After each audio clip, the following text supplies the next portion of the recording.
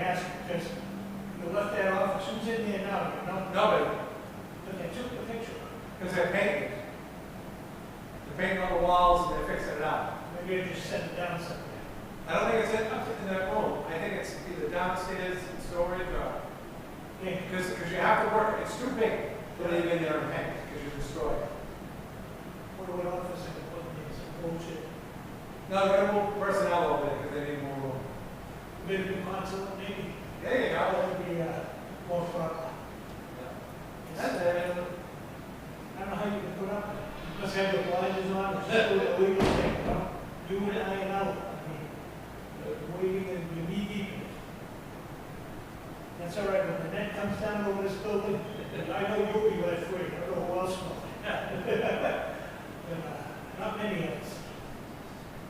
So what's up tonight, except for housing, beautiful? It's, yeah, but it's we want to do a committee. Should be quick, 5-10 minutes. Yeah, they get two here, there's one coming, so they'll be all right. Yeah.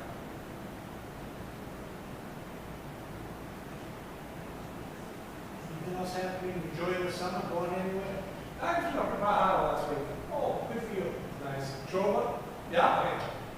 Did you take the old Route 1 after Portland? I did that on the way up and then took the highway back. Yeah. See, beautiful, beautiful going up though. Mary's Nut House still there in Belfast, Maine? Okay. Wow, good way to go, good trip. Good for Yeah, you. it's not that a brewery in Belfast, that was nice. Oh, nice. Pretty simple, though. Yeah. Figures. Drag them all. It's all about you. It is you know, they name streets after me. Jane Dobrik. One way? One way. I heard about those streets. Jane Dobrik. Oh, is that the reading in Polish? That's right. All Good right. afternoon, Jane Dobrik. Am I the first one here? Yes, no, actually, Vivian's here at Italy. Oh, so we got a quorum. Looks like the party's We're all set to go.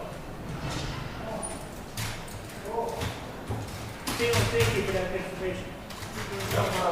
Hey, what's up? What's up, guys? How are you? Hey, how are you? Mark Tim, Hood City Attorney.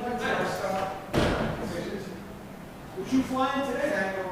We're not flying today, no. I heard around engines Oh, flying. yeah, we weren't flying. No? We did a little work on Did it. you go to Oshkosh or send a flight went? We did. Good for you. Bill, how are you? Good, good to see you. City attorney, Yeah, you know what's it's- up. I wish. He's a cat. He said it was a business trip, we called it. That's right, it's all business. That's right. Absolutely. Some of it might be monkey, but it's business. That's All right, right. so one of the updates, he said 2 years on the engine parts. It's one of the updates he came back with from the. Yeah, the supply chains, Pistons and Peter Parks, yes, both. I've heard a certain engines being tough. 20 months to get a That's what you're Combing saying. engine, they don't have a lot of parts, they don't have help. Is that 8 cylinders or? No, anything, any little like Combing engine, more than half the airplanes. I love the sound of that. I hear it from about 2 weeks ago, 2 weeks ago, you guys were right over the floor. Yeah, it flew fine, it took 12 hours on it. 6 hours out, 6 So hours. we went to Erie, must have gas up there. Yeah, exactly. Good job. You get a lot of looks, a lot of people like it. How we just bought it. I deal with a lot of vendors out there. I'm having a little drama with Continental Engine, so I have a schedule meeting with the guy. Good. Just to help the cause and the customer, the issue. He was out there, so that he was sort of. Okay. Oh, the housing safety is For serious. easement for his I'm parts. serious, yeah. It had a failure, and we had to overhaul it, and 200 hours later, it had another failure. The single Same thing. thing. So something's goofy, like prompts making. Chasing that. Oh, was it profit? No. People are coming. I'll see you. He's utility. They called me, they said there are work International grid is challenging. That's so much. No, it was a RSSD. But once they get going, Is the able to Yeah, that's what, yeah, that's nothing wrong with Oh my God, you gonna work with me? Would you? I would. It's September or October, I'm booked right now for August. September, October. How far? I wouldn't be far.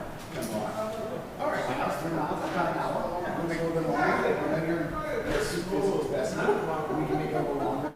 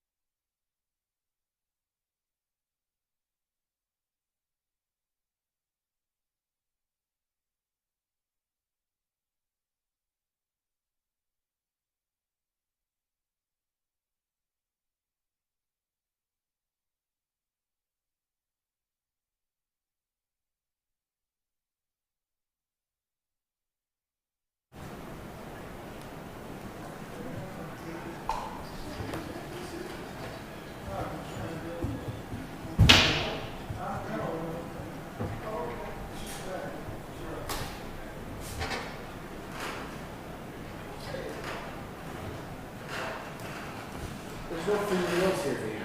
I'm not sure why you're here. There's no like outlets over If you're here. not 15 minutes early, you're late. That's what we Yeah, good luck with that. We've changed that thinking now. This is council time, where everybody's in rotation. So where's your picture here? Which one? Right there?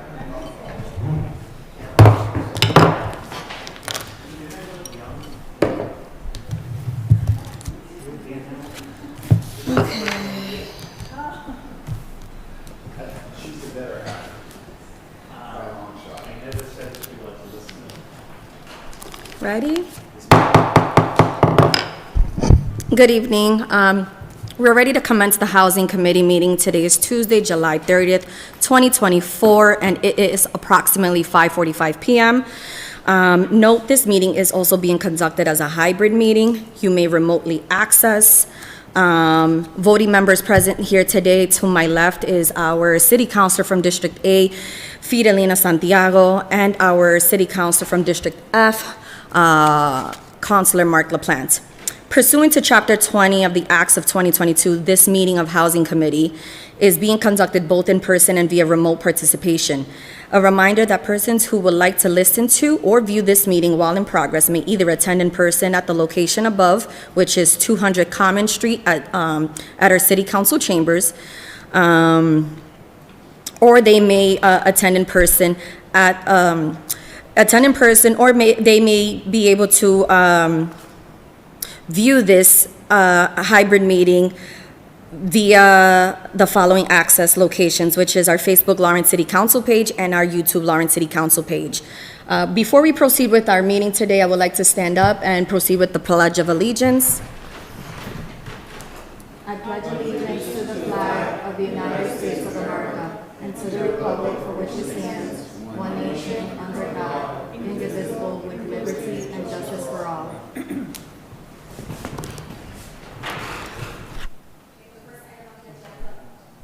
The first item on the agenda, we have minutes to which require council approval. These minutes are dated July 9th of 2024. Can I get a motion for approval? Motion to approve. Second. Okay, all those in favor say aye. Aye, and the ayes have it. The first order of business is under new business, item number 35924, grant of utility easement at Lawrence Municipal Airport to run with lease of 4 aviation hangars. We do have our airport manager, Francisco Ureña, to discuss this item. Good evening, Madam Chair and members of the City Councilor. I am here with Mr. Mark Scott. He is the proprietor of Falcon Air, and he is proposing a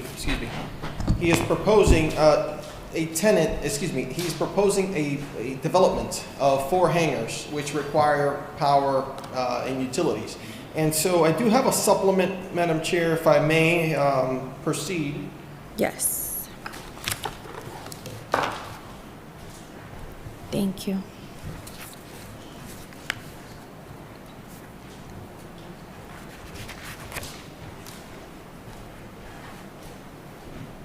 So the packet that you have before you, if you could turn to page 3, is the start of where you see a utility trench, which is being requested.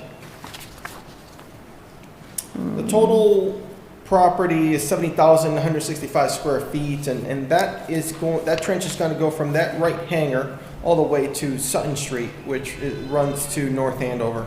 Mr. Ureña, do you have another packet for Yes, I our do. council president? Council President, of course. Thank you. How you doing?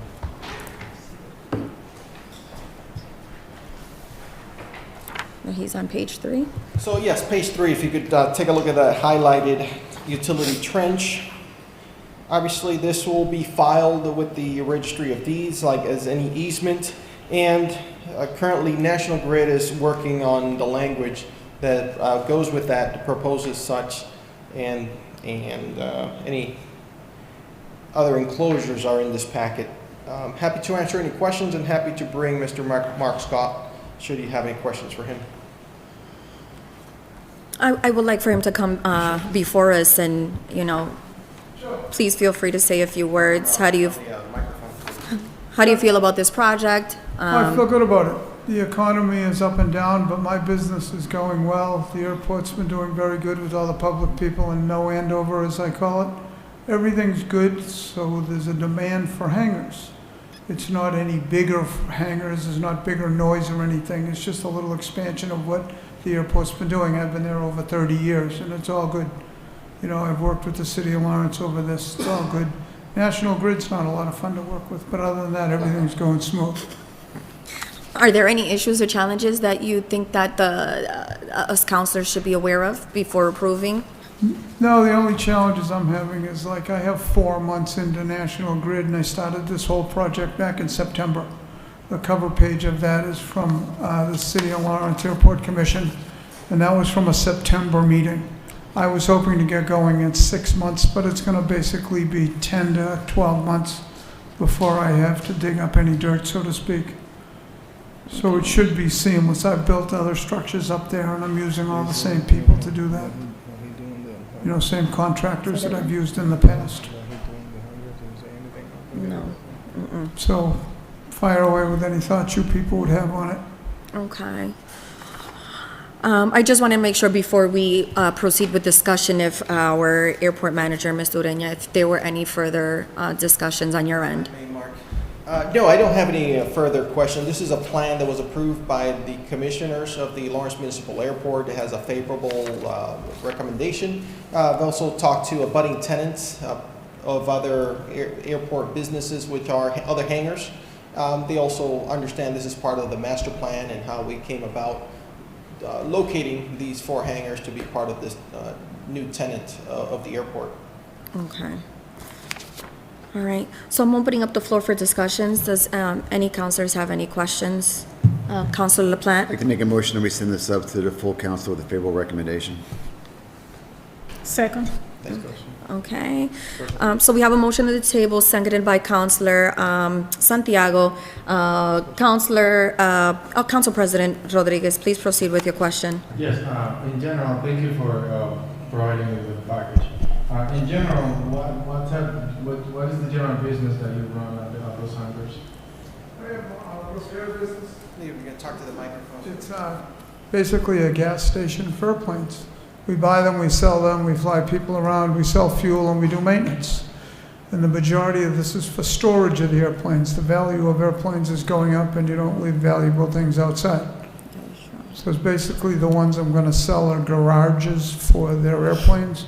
There's going to be a small maintenance hangar from expansion of my business, but it's barely 10% expansion. I have other buildings there that we work out of. This question will be more for the director. There's Director Ureña, what other business do we run at the airport that is not related to the airport itself? Sure. So if you think of the airport as an aviation side, that's all you see inside the gate where we're building these hangars. Obviously, those are restricted for aviation purposes. Outside of the gate, you see a storage facility, which is a little bit further south, approaching North Andover and the Lawrence line. If you're traveling that direction, there's a storage facility. There is a truck repair center, and there's a mechanic shop right next door. And there's also the building you see being built on 492 Sutton Street. Right at the entrance is a lacrosse facility. And that was an RFP, a request for proposal, that this commission, the airport commission, did about 15 months now, and that was the selected parcel that came through here, looking for that 21-year lease, if you remember that. So that's our, again, the 4th non-aviation business outside of the diner, which is also non-aviation, but somewhat related to the building. There's also Angel Flight, which is another tenant outside of the airport, but airport-related type of business, Council President. Sure. Okay. So no further questions? Discussions? Okay. So there's a motion on the table for approval, seconded by Councilor Santiago. All those in favor say aye. Aye. And the ayes have it. Thank you, guys. Thank you very much. Have a great evening. Is there any other items in the agenda that needs to be removed from the tabled matters? No? Can I get a motion to Madam- adjourn? Madam Okay. Chair, I believe we've asked Mr. Hooton to arrive at this meeting tonight, so as a courtesy to him, we should at least discuss the topic that we invited him to discuss. It's not my topic. I received an invitation of this board to appear regarding the next tabled item, a review of the real property task force. What's the item number? It is 333 or 24. Okay. Okay, can I get a motion to untable item number 33324, review real property task force? Okay, second, all those in favor say aye. Aye. And the ayes have it. So we have item number 333-24, review real property task force, and we have Attorney Hoot in here before us to discuss this item. You may proceed. I'm just lost. The reason that's funny, I'm sorry, we're not laughing at the fact that I didn't present this item. I was told to be here. Who told you to be here then? I'm like lost. Your secretary. And, okay. And I apologize, Councilor. The way that happens is I will get a letter from Ms. Vega, and will say, the city council would like you to appear on this night on these items. Or the city council, the ordinance. Okay, so you're appearing here for this item? Okay, can we proceed with the discussion then? Like, am I supposed to be the one providing the information? Councilor Rodriguez would be presenting. Okay, so Councilor If you have any Rodriguez. questions. I apologize. I'm just here to answer questions. I apologize. I do too, Council Chair. I didn't mean to bust out like that. My apologies. Can we proceed? Sure, of course. Essentially, we have these items in front of us. I was the one putting the item, and looking at the records from 1996, I believe it was, and all the records that were provided, and the situation that happened with the real estate task force, that it was basically dismounted or restructured, perhaps change names, and a lot of things that should be little more clear as of what happened. And some of the comments that were brought up to the table was that if something is working, why changing it? Also, looking at the recommendations that basically looking at the discussions and the record that happened back in 1996, and the recommendations that were presented at that point is different than what is happening today. And also the proponents of those changes back in 1996 was that former councilor Carlos Matos that is now bringing it up to the table. It's like it's different than what was presented back then. So, for lack of a better word. Maybe I could give the board a little history of what this was. So what the Real Property Task Force is the council has, on occasion, received information that there's certain properties that we wish to declare surplus. And what they wanted to make sure at that time, and this is my impression of it, was that it didn't become too political, that the properties that were being declared surplus were being declared surplus because of good reason, that the city didn't need them anymore. Also that they were being declared surplus, that they weren't like being friends of the administration, so to speak. So in order to do that, what they did is they formed a committee. And the committee consisted of one member of the Lawrence City Council, the Director of Planning, Director of Community Development, Director of Economic Development, the Land Use Planner, the City Attorney, Commissioner of Special Services, and the Mayor or his designee. Now, the other important part about this was that the purpose of this committee is really to kind of remove the politics from the decision.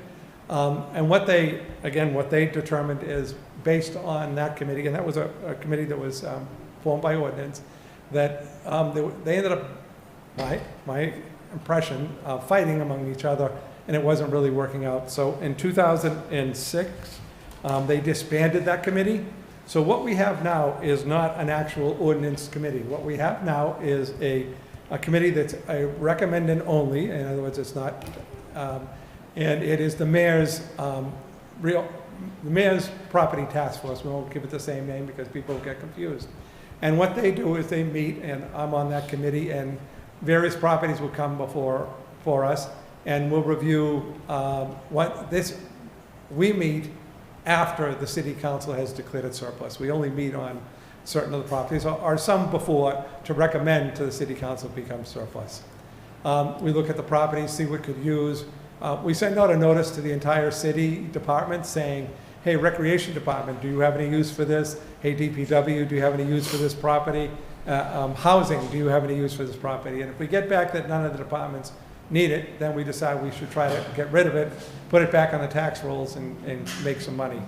So the committee then gets together and reviews it, determines that this is a good parcel, or sometimes what they determine is, hey, this is a decent parcel, but we also have a parcel next to it, and maybe if we combine them, that would bring more money to the city because it's now a buildable lot or whatever. And so because of the various people on it, we have our various expertise. We then determine, the property is then declared surplus by the city council. After that point, we then take the request for proposals. So we put it out there and we say, okay, on this lot, we really want someone to build a single-family home.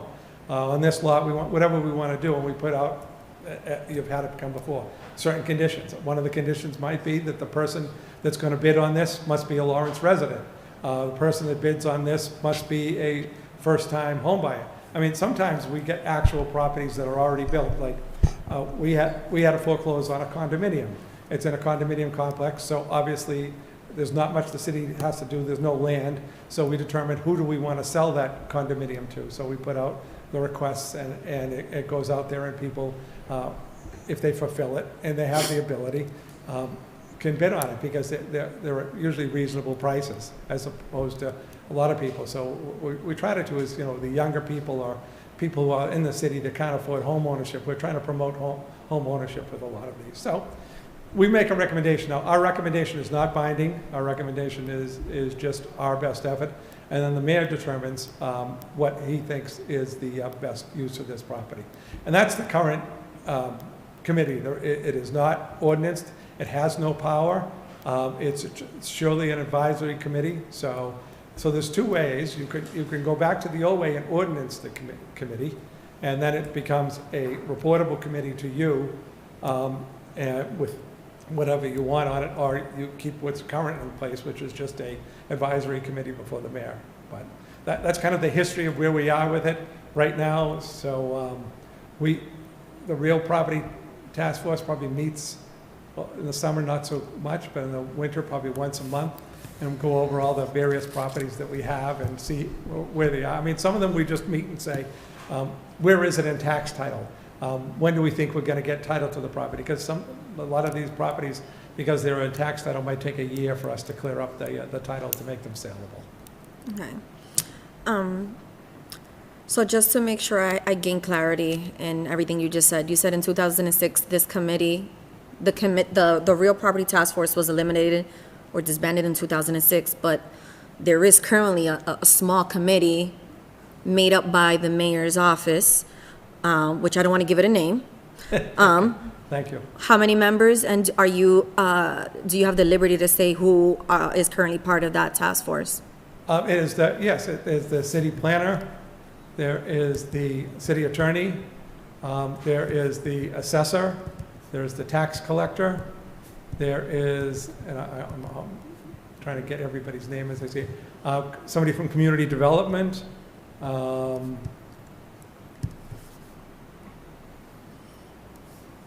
I hope I named everybody. I can get you that more because like I said, we haven't met in some time, but Okay. and it's just more of a kind of a group that would have their hands on land, for lack of a better word. How is this any different from the property task force that prior to it being The property disbanded? task force would make decisions. In other words, that task force would say, Council Marmol, you're getting this lot. And they had the authority to do it. Our committee has no such authority. Our committee just says, hey, we have this lot. We have Ms. Lopez, who we think would be a good buyer for this. What do you think? And you can take our recommendation, throw it away, or incorporate it. When it's a committee formed by ordinance, you have to take they make the decision, so. Okay.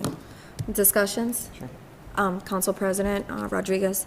All right, so basically, back in 2000, based on what you're saying, back in 2016, there was a committee by ordinance. It was dismantled before 1996, it was a committee by ordinance. In 1996, it was dismantled, and it became an advisory committee to the mayor. If you look at the position that were there, because it got political, that was the reason, right? Yes. If you look at the position what it was on the original ordinance before 1996, and the current one, what is the difference between the members? Well, I would say, let me just, I read it to you, now I have to find it again. The difference would be, first, there would be no member of the city council on the current committee. And one of the reasons for that, What did he No, say? I just want to know the difference between, the names on each, so we don't despair from the conversation. yeah, so City. currently, there is no member on the advisory committee, there is no member from the city council. On the original committee, one of the members was a city councilor. Excuse me 1 second. That's my page.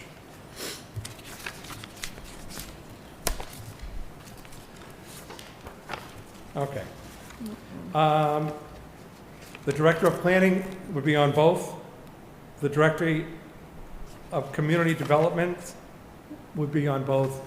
The director of economic development, I'm not sure that we have a director of economic development. The land use planner would be on both. The city attorney would be on both. We do not have the commissioner of inspectional services on the current committee. And the mayor does not serve on the committee. Yeah, either the committee responds to the mayor. So there's like 3 less positions. But he sent somebody, his designee. Excuse me? He have a designee. I'm sorry, I He missed. have a designee. Not really, not when we meet. We report to the mayor at the end. So when we meet, we report to the mayor. I don't usually see a representative of the mayor in that meeting. What I'm seeing here is that was there since 1990s, and then all of a sudden, within the last few months, that changed. Because the notice that we get is that that's no longer the committee that make that is the advisory committee to the mayor. Because they say we get rid of that, we don't have to do it in the way that we did it. And some of the power that the committee used to have is like it was a vote taken during the meetings. Is that correct? The current committee, is there a vote taken? There is. After 1996, sometime in the Just so we can get the dates correct. In 2006, I see the Real Property Task Force being formed. So that's 2006. I then see well, actually, that would be incorrect because I see it in May of 2006, it was eliminated.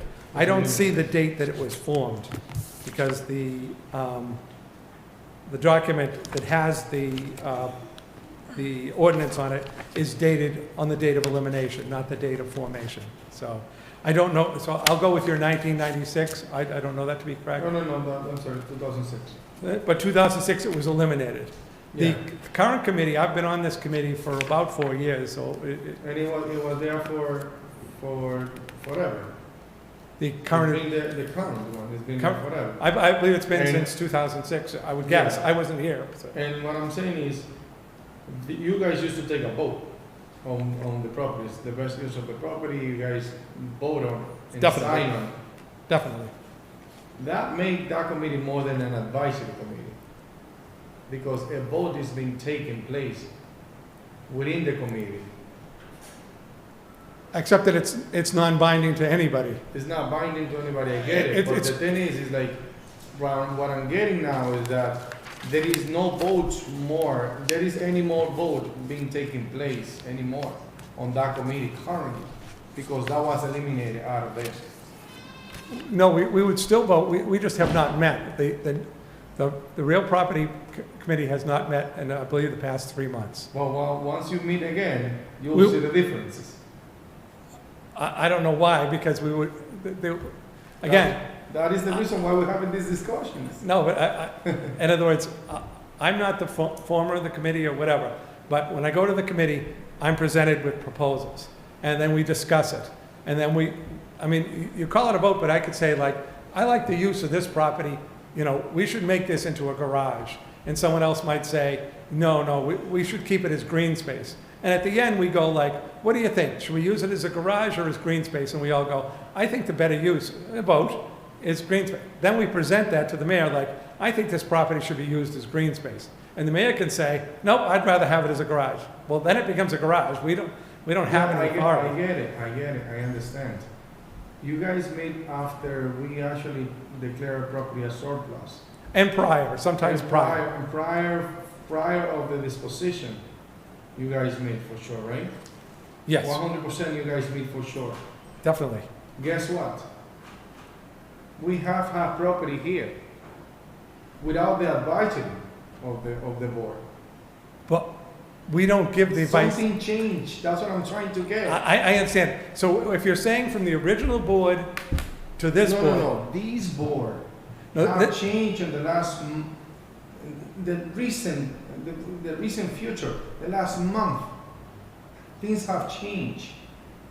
And we have seen a disposition of a property in front of us. Not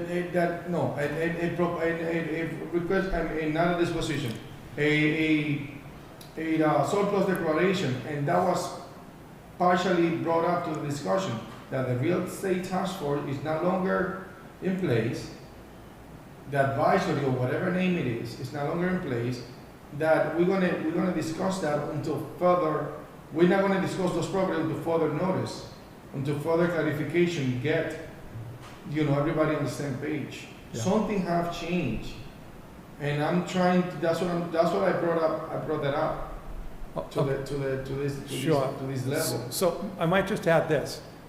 There is no requirement to come before the committee. So you could skip the whole process. You could come right to city council, you could come, and with the property. What we're trying to, as a committee, trying to do is, let's suppose the disposition of the property happens to be your cousin, okay? If it's just the city council voting on it, everybody's gonna look and say, oh, inside view, he gave it to his cousin. But if there are 5 people that have no connection with your cousin and say, you know what, selling to your cousin is probably the best thing, it's trying to remove the politics of it. Because sometimes, you know what, it's just happenstance that it might be your cousin that gets the property. It's And not. what I'm saying to you, Madam Chair, what I'm saying is that work. And if something work, as other council have said on this committee, if something work by changing it. Something have changed on the recent month. Yeah. About the committee. I know it is not required to go to the committee, and that's the problem. Because the lack of transparency and the political portion of it is gonna get into it.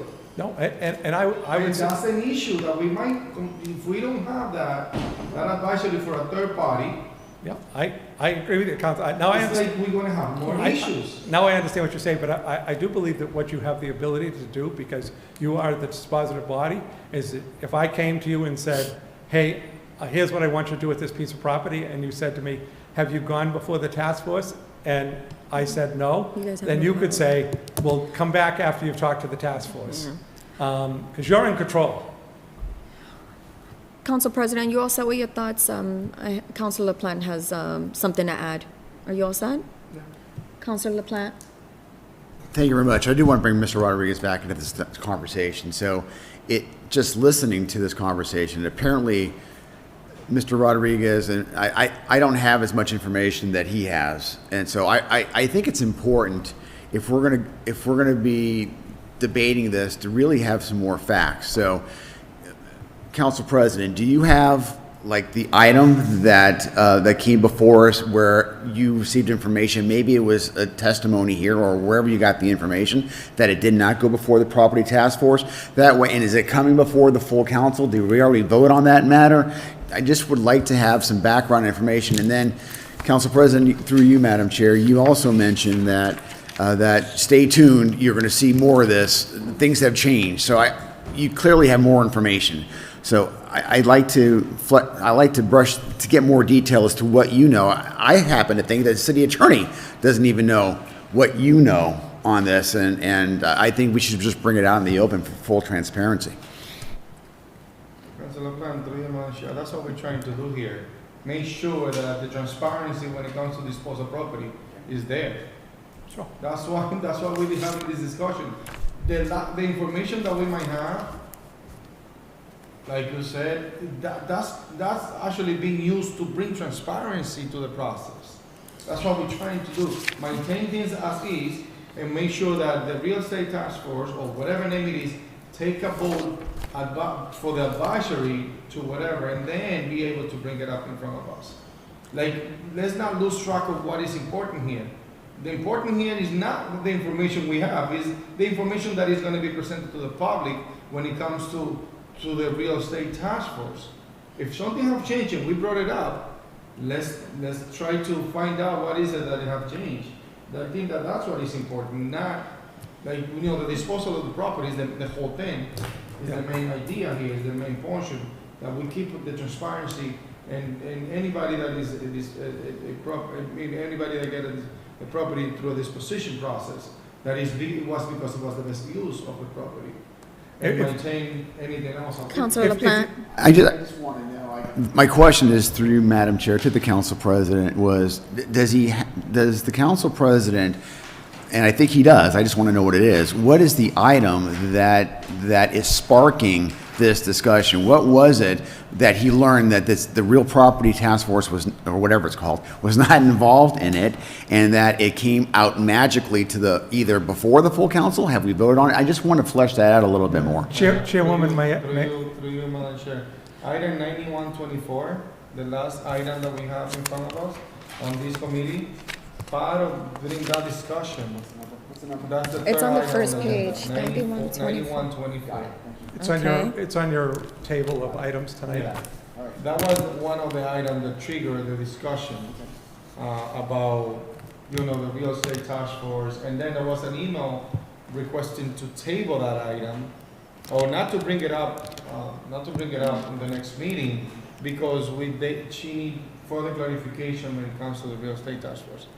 So those are something that were sent to. If I might, actually. Attorney, no, it's okay.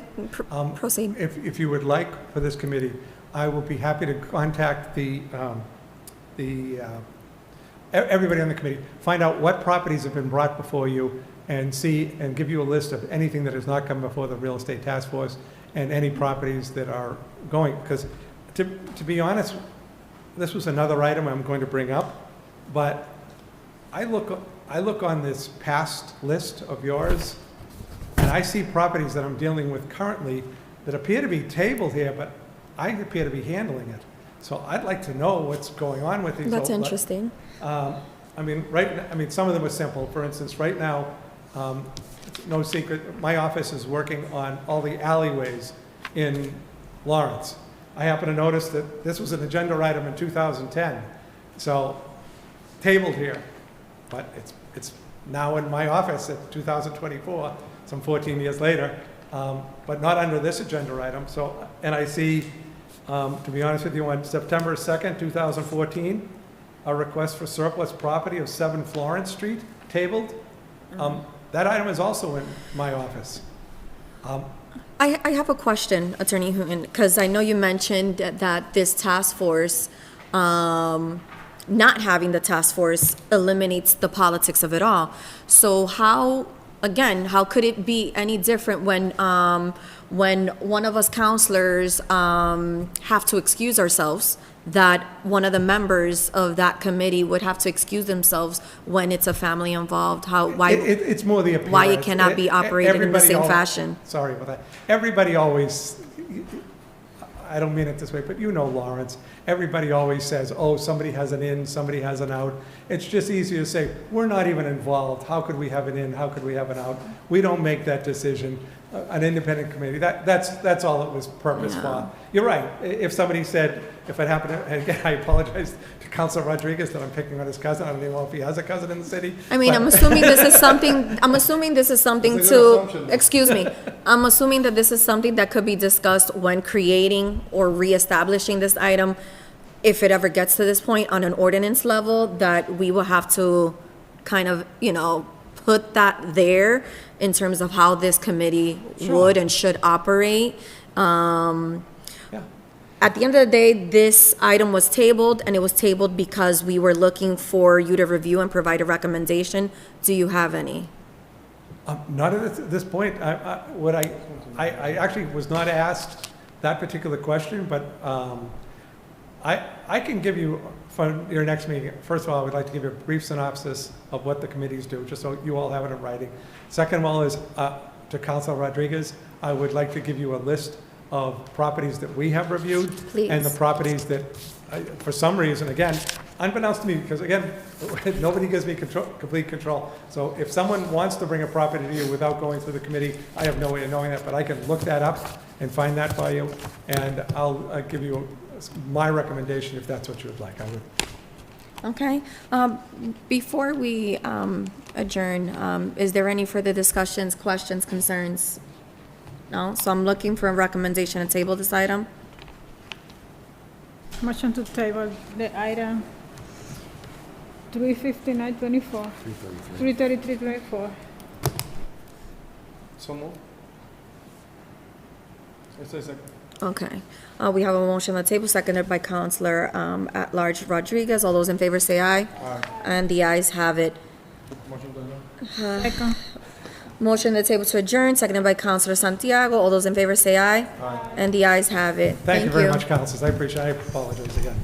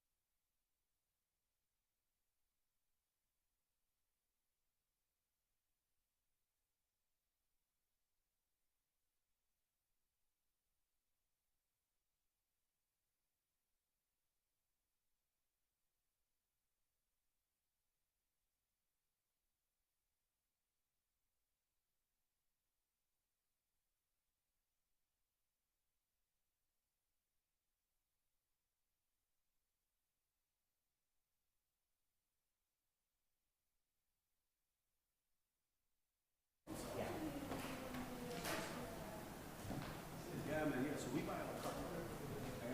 Everything we buy is like, oh, and a lot of people sell me the 5-year deals. Yeah, look at this. You know, so you can't commit to 10 years. It's like, I can't do that money.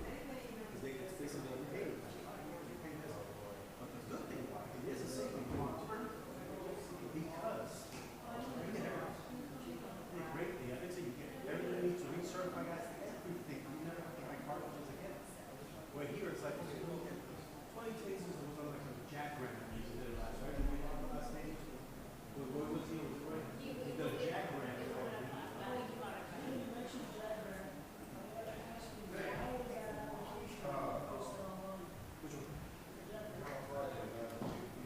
I just spend the money when I get it.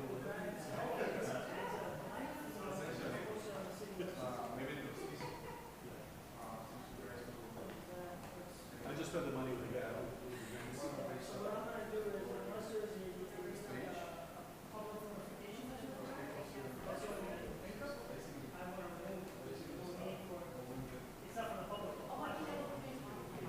It's on our website.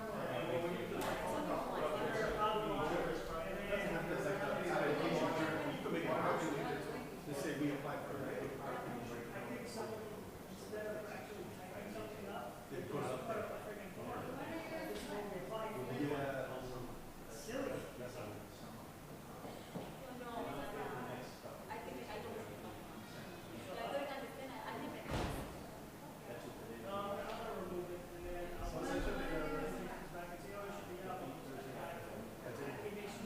Put up a few words. We do that all the time. You have to vote. You do. But that doesn't, I don't know, I want to fix the room. well, this would be, when you work on a city council. That's public announcement.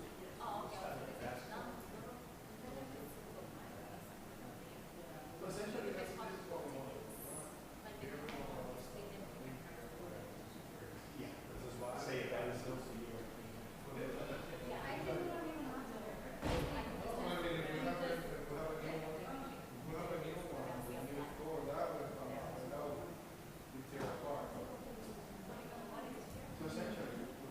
We'll see. We will see.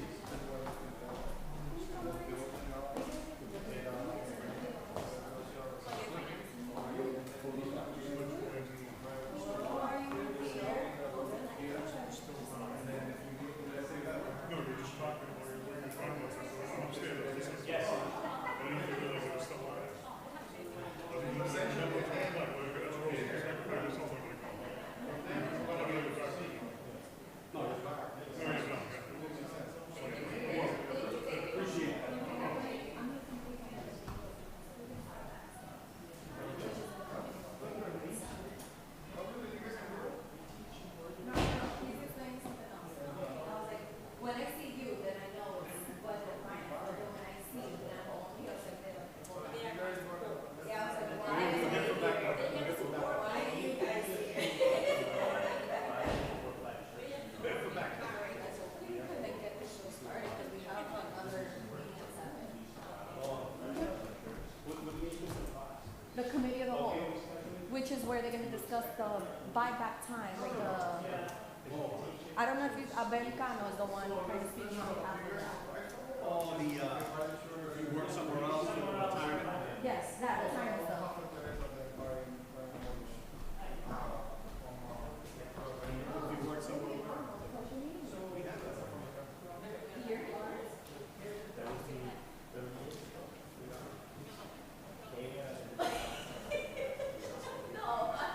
See, that's why my wife took me in, because I was. I mean, I can see why. Look at you. And it's always been happening. This guy right here, this is the He's the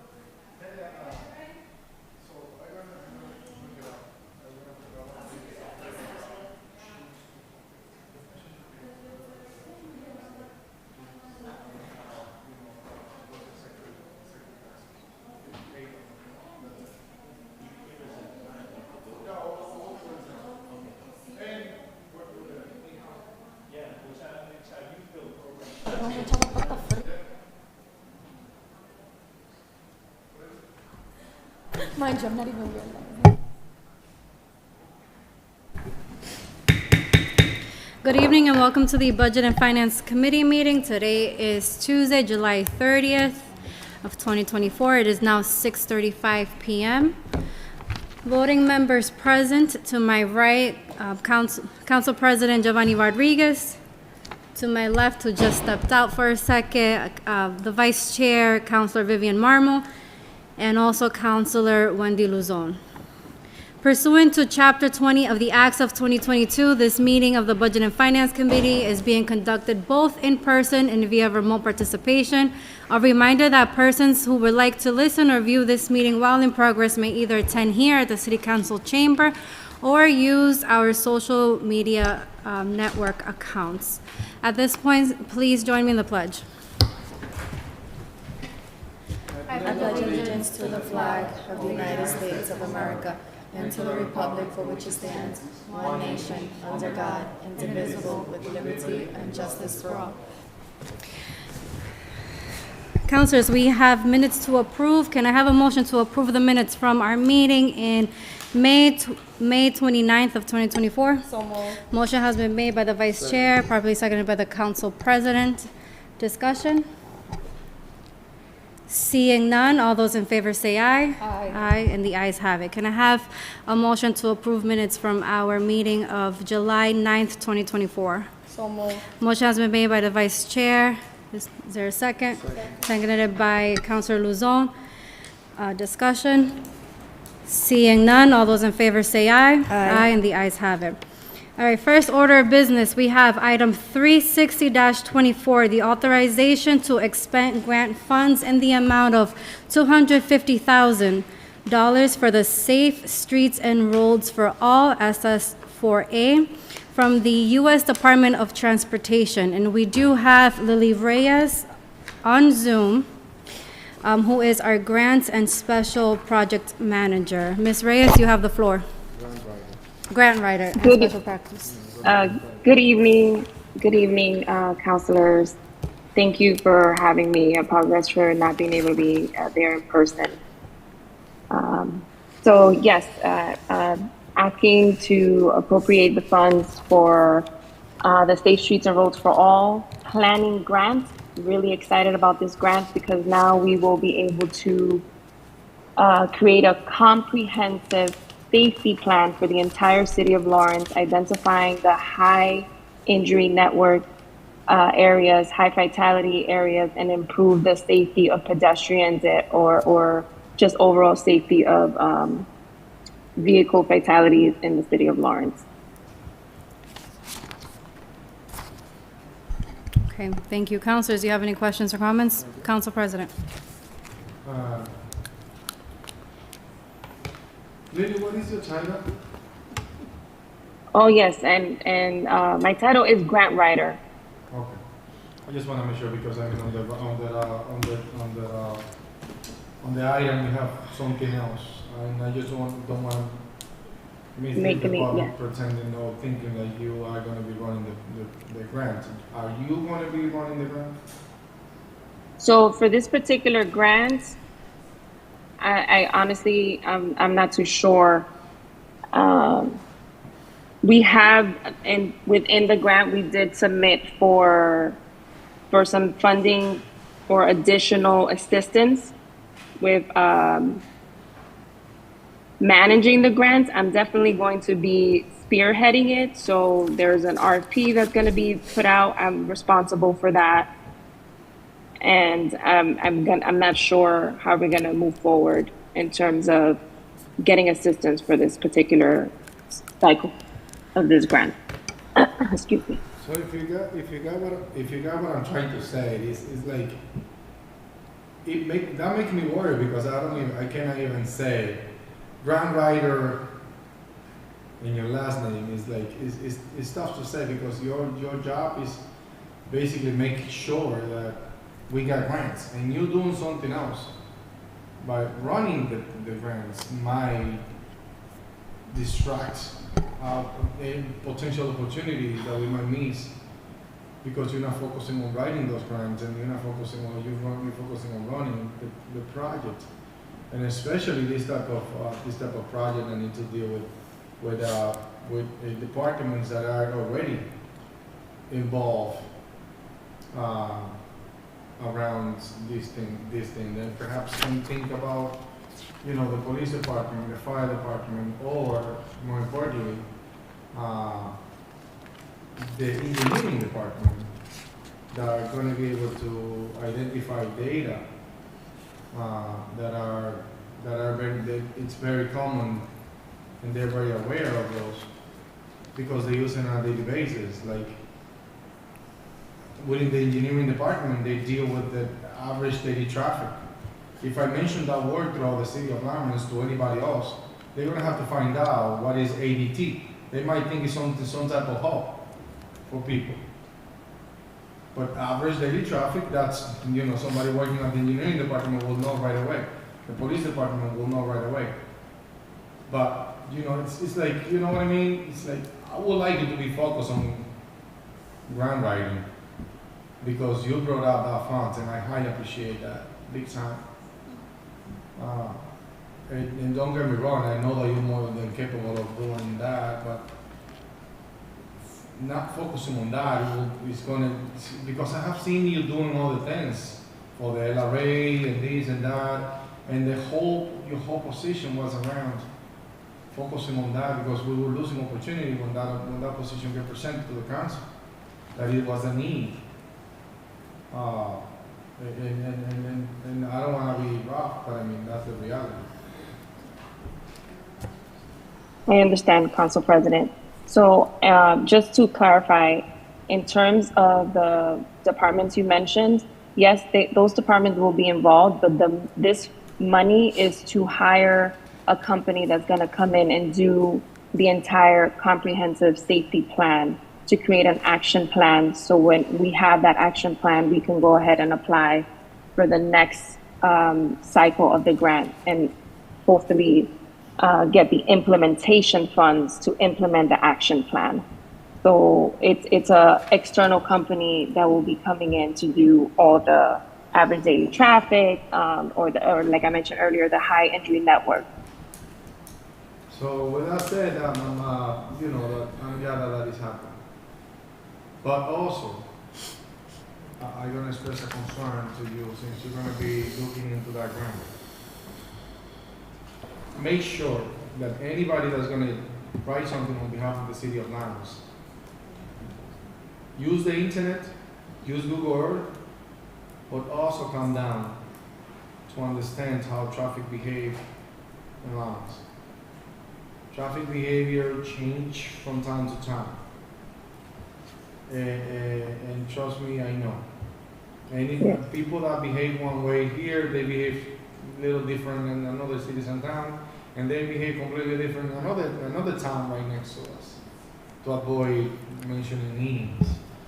So, it's like, last time, or one of the last time I hear that we have a comprehensive study around, traffic direction change within Lawrence. I believe they were all done through the internet. I mean, just looking at the streets. So just be aware, make sure that they come here, they have a specific equipment to make sure that they have a specific count, to make sure that they have the right peak hour during the specific time that people use specific locations that are very tough to deal with, and make sure that the presence is here. You know what I mean? It's like I'm kind of tired of seeing story here of people doing it from Boston Monthly and never step a foot in Lawrence. That's understandable, and that's good feedback, Council President. Can I just make a additional comment that Merrimack Valley Planning Commission actually received this planning grant for the entire for their region, and as you know, we fall under their community, and we have been working very closely with MVPC, and they have been able to, or they will be able to help us way before we even start the process for this planning grant. So we're grateful for that. And they recently came and did a walk audit on Essex Street. And so we're working in conjunction, and we're making sure that there will be no overlap of work or safety planning. And so I just wanted to mention that so that you know that we're utilizing all our resources. All right, thank you, Madam Chair. Thank you. Ms. Reyes, I have a question for you, and I'm going to, so this grant is for safer roads, safer streets. We all know that a huge portion of providing safer streets and within our community is law enforcement. And I have two officers here in the gallery that are not here for this item, but I know the police department as a whole is trying their best. But we all know there are significant challenges occurring currently. And I've been getting a lot of calls from constituents with their frustration. So it's great that we're getting the funds for this, but how are we working with the Lawrence Police Department to ensure that the investment that the city is making towards safer streets is also being accompanied with our law enforcement department enforcing our laws? Thank you, Madam Vice President. So when I was applying for this grant over a year ago, I created we had a series of meetings to discuss the grant and what the grant looks like and all the details. And both our fire chief were involved in those meetings, and the chief of police, and also Officer Cirillo, and our from the police department, also our crime analysis was involved. And so this is a team effort. We will continue working with the major departments that are that are vital to implementing safety in our streets. And is there a plan, as you know, we're currently beginning the process of a search committee for a new chief, a permanent chief. Is there a process with this to get the new chief, whenever him or she starts, to get them up to speed, to ensure that this is being followed through? Because the community is becoming and has been for quite some time very restless when it comes to the safety of our streets. Absolutely. So I will ensure that the new chief is made aware of this grant and the importance of his involvement, or him or her appointing someone for this particular project. Thank you. Councilors, any other questions or comments for Ms. Reyes? Vice Chair Marmol? The only comment I'll add is that I was present with Ms. Reyes along with the other stakeholders back when all the stakeholders were present. We walked the streets on Essex Street, Broadway, specifically when I believe Council President Mr. Rodriguez, you added a stop sign in that busy intersection on Essex Street. And I think that district could really benefit from this safety plan. So I am just looking forward to ensuring how we could be of support in making sure that we actually do something to have our city streets analyzed and making them safer. Thank you. Council President? On the attachment C, Lily, do you mind reading the whole thing around attachment C for the record? I think that's very important to the whole project. Yes, allow me to grab attachment C. Hold on one second.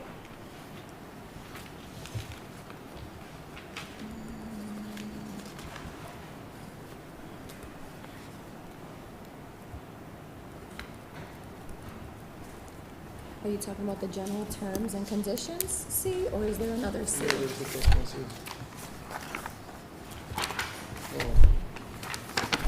see, which C are you referring to? There. The end. Oh, in the end? There. Oh, page 10, okay.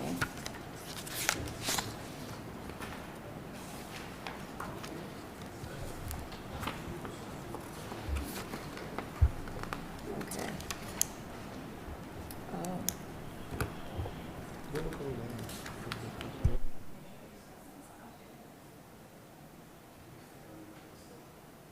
Okay, I have the document in front of me, attachment C. Okay, which part would you like me to read, Council President? 2 months? Okay, so the recipient or project partner has adopted an equity and inclusion program plan or has otherwise instituted equity-focused policies related to project procurement, material sourcing, construction, inspection, hiring, or other activities designed to ensure racial equity in overall delivery and implementation of the project. And the other one marked is the recipient has not yet taken actions related to project to improve racial equity and reduce barriers to opportunity, but intends to take relevant actions described in the supporting narrative below. So now, if you'd like, I can read the supporting narrative that reflects the first one. Yes. Are you? Okay. Yeah. So the city, in collaboration with Groundwork Lawrence, has undertaken a comprehensive initiative to enhance accessibility and safety for individuals with disability, particularly addressing the disproportionate impact of road accidents on communities of color while mitigating neighborhood fragmentation. Our efforts have resulted in development of interconnected trails linking schools, playgrounds, ball parks, and other recreational areas, including the Spicket River Greenway. These trails facilitate secure navigation of public roadways. Furthermore, our commitment to inclusive infrastructure is evident through various measures. We have enacted Complete Streets Ordinance between 2016 and 2018, ensuring that our streets are designed to accommodate all users, including those with disabilities. Safe Routes for Schools initiatives, spearheaded by the Bruce School, have led to significant improvements such as ADA compliant streets, widened sidewalks, accessible curb street calming measures such as bump outs, and installation of pedestrian islands to facilitate safer crossing. Moreover, strategic planning efforts have been undertaken for all elementary and middle schools in Lawrence to prioritize accessibility and safety for students and residents alike. Additionally, the Industrial Rail Access Program, IRAP, grant awarded in 2020 and 2023 aims to upgrade rail infrastructure in the industrial park to enhance freight access. By creating new and improved access points, the project seeks to increase job opportunities and access goods for underserved communities. Through the construction of new rail spurs and rehabilitation of existing infrastructure, businesses will benefit from improved connectivity to regional and national markets. This initiative aligns with broader goals of promoting equity and inclusivity by ensuring all residents have equal access to economic opportunities. Of significance is the Ms. fact that Reyes, I'm going to Lawrence stop you redevelopment. there because this, Sure. so then the paragraph you were about to read mentions the Lawrence Redevelopment Authority, mentions the equitable, compact, and transit-oriented development plan. Also mentions the following paragraph mentions how the LRA has sent out letters of interest for development, etc. What does that have to do with the Safe Streets and Roads initiative that this grant is for? So they wanted to know in terms of all of the equity opportunities that the city has presented to the community. I'm sorry, can you repeat that? Yeah, they want to know all of the equity opportunities that the city has presented to our local community. But I'm still not making a connection. What does that have to do with safer roads? So The question that What when I is the spoke to- explanation that the state gave you, or what was the connection that the state was making for that? Yeah, so the federal government asked if the city is working with equity, if we're ensuring that we are creating a racial equity in the overall delivery of this project. But they wanted us to be as detailed as possible. So they told me to mention anything that has relation to showing that we are providing equity in the city, or presenting the opportunity of equity for those in the city, for minority business owners and the like. I still don't understand how that connects with safety and business opportunity. Safety, Because Madam Vice President, this section most likely, or this grant, we will be doing an RFP, and we have to abide by the guidelines of the federal government. And they want to make sure that when we do submit the RFP for this particular grant, that we are focused on the equity component as well, and abiding by the federal government's RFP guidelines, not just the state Chapter 30B, but the federal government. and are any of these monies going towards the LRA? No. Just a follow-up. I think Councilor Luzon, Councilor Luzon, do you have Councilor Luzon? Thank you, Madam Chair. Just to be clear, so this money is to create an action plan. Yes, a comprehensive action plan. Yeah, so you're going to hire someone, you're going to send an RP, and people are going to apply, and you're going to hire someone to do an action plan based on taking in consideration the complete streets that we have and other projects. Is that accurate? Yes. So we're voting tonight to approve money just for an action plan, so we're not focusing, and none of the projects will cost this amount of money. Okay. Councilor Luzon, may I just clarify? Yes, please. The main goal is to be able to apply for the implementation grant. When we met, a series of us met a year ago, and we were trying to decide if we qualified for the implementation grant, but we did not. In order to apply for the implementation grant, we need an action plan. That's the requirement that the U.S. DOT has for this grant. And so when we learned that we did not have a comprehensive safety plan, we just went ahead and applied for the action plan. So once we have this action plan is created, that puts us in a position to apply for the implementation grant. And if all goes well and we get that implementation grant, we can potentially get 15 million, 20 million. I know that Springfield got 15 million last year with their action plan. They submitted it, and they were able to get funding for that action plan. And so that's the overall vision for this grant. Thank you, Ms. Reyes. So through you, Madam Chair. So basically, we are approving step one, an action plan, and hopefully we'll get to step two. So right now, we are just taking in consideration the action plan. The organizations that you name, that Madam Chair refers to, are they going to be, once you send the RP, it's one of them, and I don't know if I'm asking the correct question, but I'm asking for my constituency and the audience to understand this a little bit more. So the organization that you mentioned, are they going to be able to apply for the RP?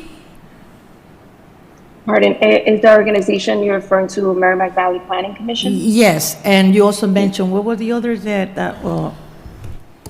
So it's there. Are we getting someone from the outside? Are we getting someone from the outside? So Merrimack Valley Planning commission will not be entering or submitting for the RFP. They're our regional planning organization. They are helping us improve the safety of certain areas in the city because they got their planning grant for the region.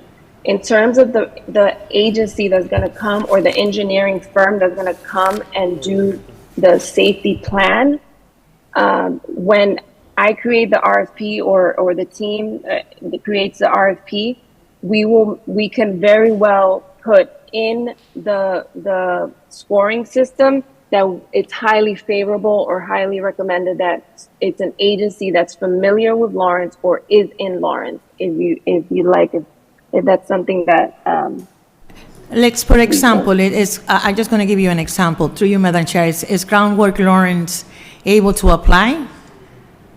So I don't believe Groundwork Lawrence is able to apply because it's an engineering agency that has to apply. Okay, all right. So, thank you so much for clarifying those questions. So, basically, and to my colleagues and for my own understanding, we are approving money for an action plan, and I just hope that you take in consideration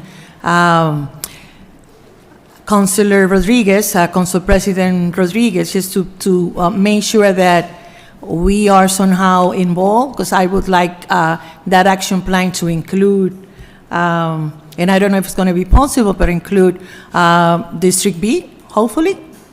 And that's the only thing that I want to add. So thank you for the clarifications, and hopefully we get to step number 2 and we get the money to actually create something that is safe for the community. Thank you, Madam Chair. Thank you. Council President? Yeah, just to continue, I just wanna continue the reading on that specific portion that you left, because it's important that the next 3 paragraphs we bring a map and we discuss a few things that are, especially in the last paragraph, that is very interesting to me. But I just want to make sure that we keep on reading that. And you left it when it says of the significance of the fact that the Lawrence Redevelopment Authority, LRA, and then do you mind continuing there? Yes, of significance is the fact that the Lawrence Redevelopment Authority has initiated the Equitable, Compact, and Transit-Oriented Development Plan to address economic disparities, enhance connectivity, and promote inclusive urban development. This plan emphasizes equity, sustainability, and community needs, focusing on equitable transit access and sustainable infrastructure. After being dormant for several years, the LRA was reactivated by the current mayor with the goal of implementing the mission of a redevelopment authority. As part of the ECTOD, the LRA has requested letters of interest for development of approximately 7 locations into mixed-use residential and commercial spaces. The LRA prioritizes inclusivity by encouraging submissions from minority-owned firms, local developers, and impact investors. This initiative aims to mitigate economic disruption, decline the neglect in the area, thereby fostering a thriving, inclusive urban space. The LRA ECTOD aligns with the equity and inclusion. By adopting this plan, the LRA has instituted equity-focused policies related to project procurement, ensuring that the redevelopment process actively addresses economic disparities and promotes inclusivity. The public requests for letters of interest explicitly encourage participation from minority-owned firms, local developers, demonstrating commitment to equitable development and removal of barriers to opportunities for underrepresented groups. This strategic approach not only supports sustainable urban growth, but also integrates racial equity into the heart of Lawrence redevelopment efforts. Okay, perfect. Through you, Madam Chair, I have a few questions that I'm gonna ask you. Yes. On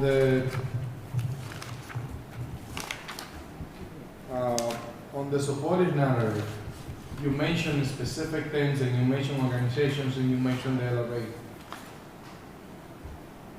It sounds to me like what we're promoting here is the intent of this second stage grant that might come to the city of Lawrence to be managed and administered by the LRA, because according to your statements, when you brought up this grant, the LRA have solved the problem that the US DOT is looking for.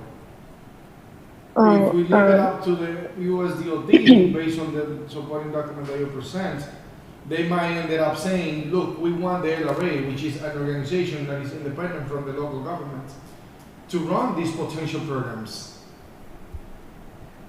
I mean, Council President, am I missing it, or am I'm going an IR away from the reality? Council President, I appreciate the concerns. I just want to emphasize that this information was just to support the equity component. The LRA has nothing to do with this grant. If you go further down, there are other narrative information that is just supporting narrative. So, for example, when I mentioned Lawrence, the Groundwork Lawrence, that just because I mentioned them does not mean that they're going to be involved or that they're part of the RFP. Is just providing supportive narrative.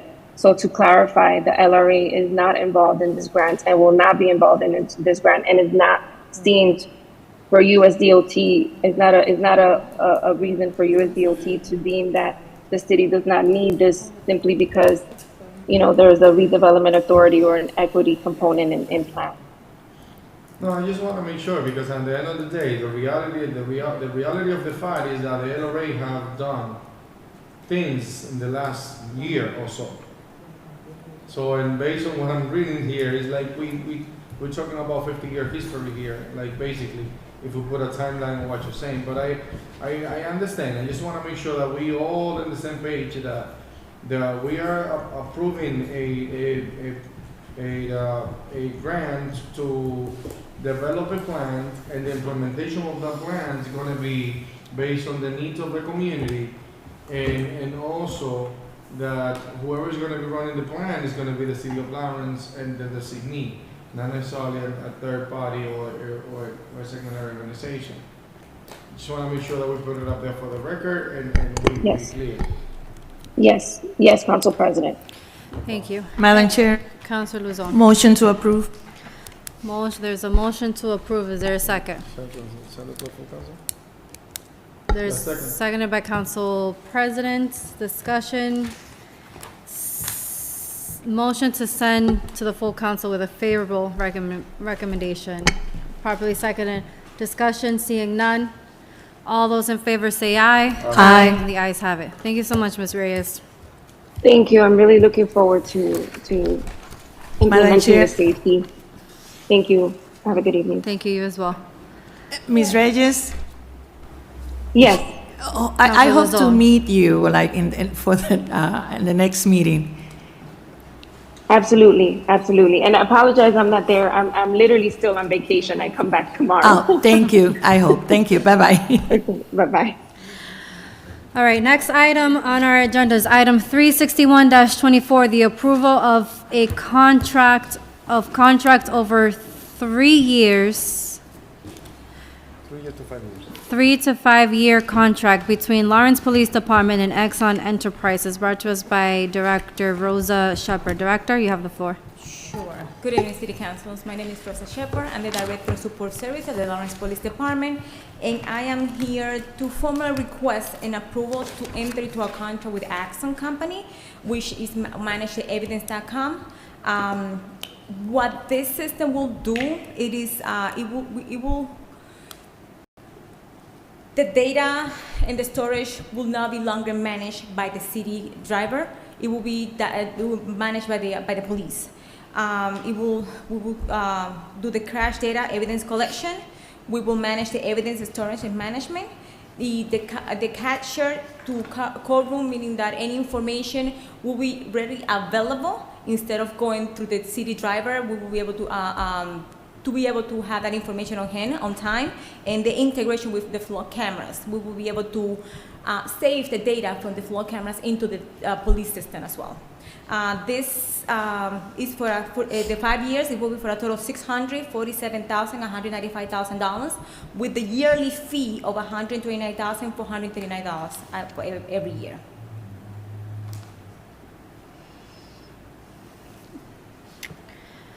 How many other, within our surrounding community, can you give us an example of another police department that uses this, it's called evidence.com, and has direct access to the data that you're trying to implement for Lawrence Police? Is there another? Yeah. Okay. There's backup, you have backup. Good evening. Good evening. So, yes. Can you just state your name for the record? Sergeant Dar, Lawrence Police Department. So our neighboring city, Methuen, uses evidence.com. A lot of major cities actually use this because the weight of storing digital evidence on servers, it's become obsolete. It just costs way too much on the city as well. So it being cloud-based is accessible at any time. And for the courts, for due process reasons, can go and grab those same evidence at any given time without having to be worried about if the officer is available or not, right? And I think that's the biggest key here, is storage. You can never have too much of it. The best part with Axon is that in this sense is any other type of implementation of technology can be integrated with them. So if we talk about independent camera system for the cities down the line, that can be integrated. Body cams, that can be integrated. You know, anything that's digitized and stored, it's infinite in space. Versus right now, we rely on servers that crash very frequently. Yeah. Council Vice Chair Marm. Who would have access to this database if So approved? it's cloud-based storage, very secure. I mean, that's obviously of opinion, but as of you all know, that it's all about how security is structured around any type of server. Cloud-based has been, the most popular thing. As far as who has access, it would be the police department and also the courthouse. Who would have within the access. police department? Who in the police Well, department? I guess would be- titles, not who, not, So there are going to be administrators, and then there's going to be independently all 150 users for officers. So every time they go onto a scene and they have digital evidence of a crime, they can upload it right into that, and that's accessible to the courts. Council Marmo? And there's no way, being that everyone will have access to this, there's no way of manipulating, deleting evidence? No, so- everything is timestamped, Okay. and it's recorded. So any type of even editing is recorded. And obviously, the biggest role here is that we have, by law, cases that have to be stored indefinitely, especially crimes of murder, sexual assaults, and so on. So when you pile those on, it's just, that's where the storage is needed. Council President? Good evening, Madam Chair. So essentially, we're using this service today. And if we decide to change server eventually, how difficult that might be. I mean, are they gonna own our data, or we're gonna own it and they're gonna have access to it? How that work? I know Very good question. Yeah, this is ours, so it belongs to the city. It's accessible to us at any given time. If we go to a different vendor, it's still it belongs to the city.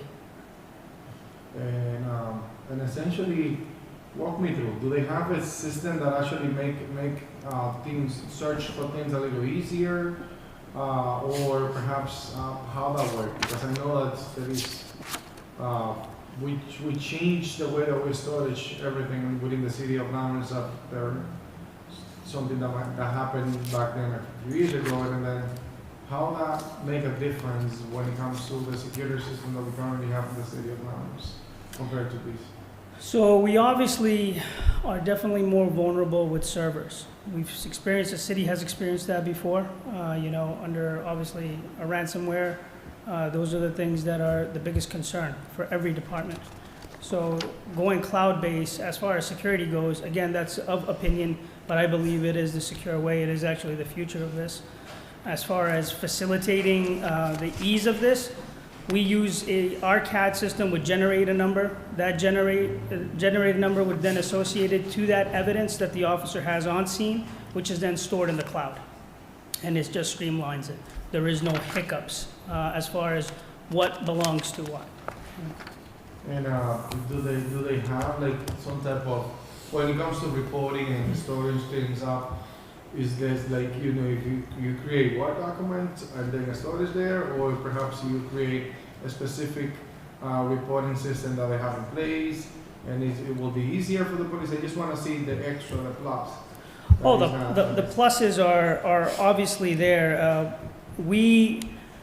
Currently, you're manipulating chain of custody when it comes to evidence, even digital evidence, right? So that would eliminate all of that.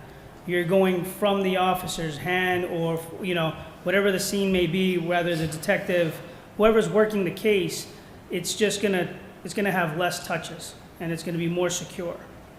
And like I said, the vendor is providing, the product provides itself, the capability of editing is monitored.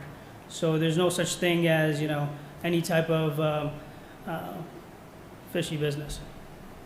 So one last question, walk me through around the security of the system. How many steps we have in place before somebody actually gets to our data and be damaged something, or how secure that is when it comes to perhaps I give you the example OneDrive perhaps. Right, so if we have, we've listed 150 users, or it goes by the number of officers that you have at the time. Those are all implemented. Once all those users are there, there's specific administrators to this. And they are responsible for this.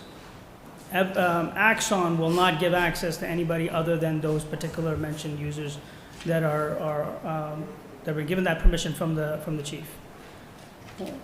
So currently we work with the IT department very deep. How that's going to differentiate between the current system we have and the future system that we have? Yeah, it goes to limitations. We are limited by space. Right now, the city is literally using external drive to support evidence. External drive have been obsolete for 15 years. For somebody to plug that in and store evidence is actually pretty embarrassing.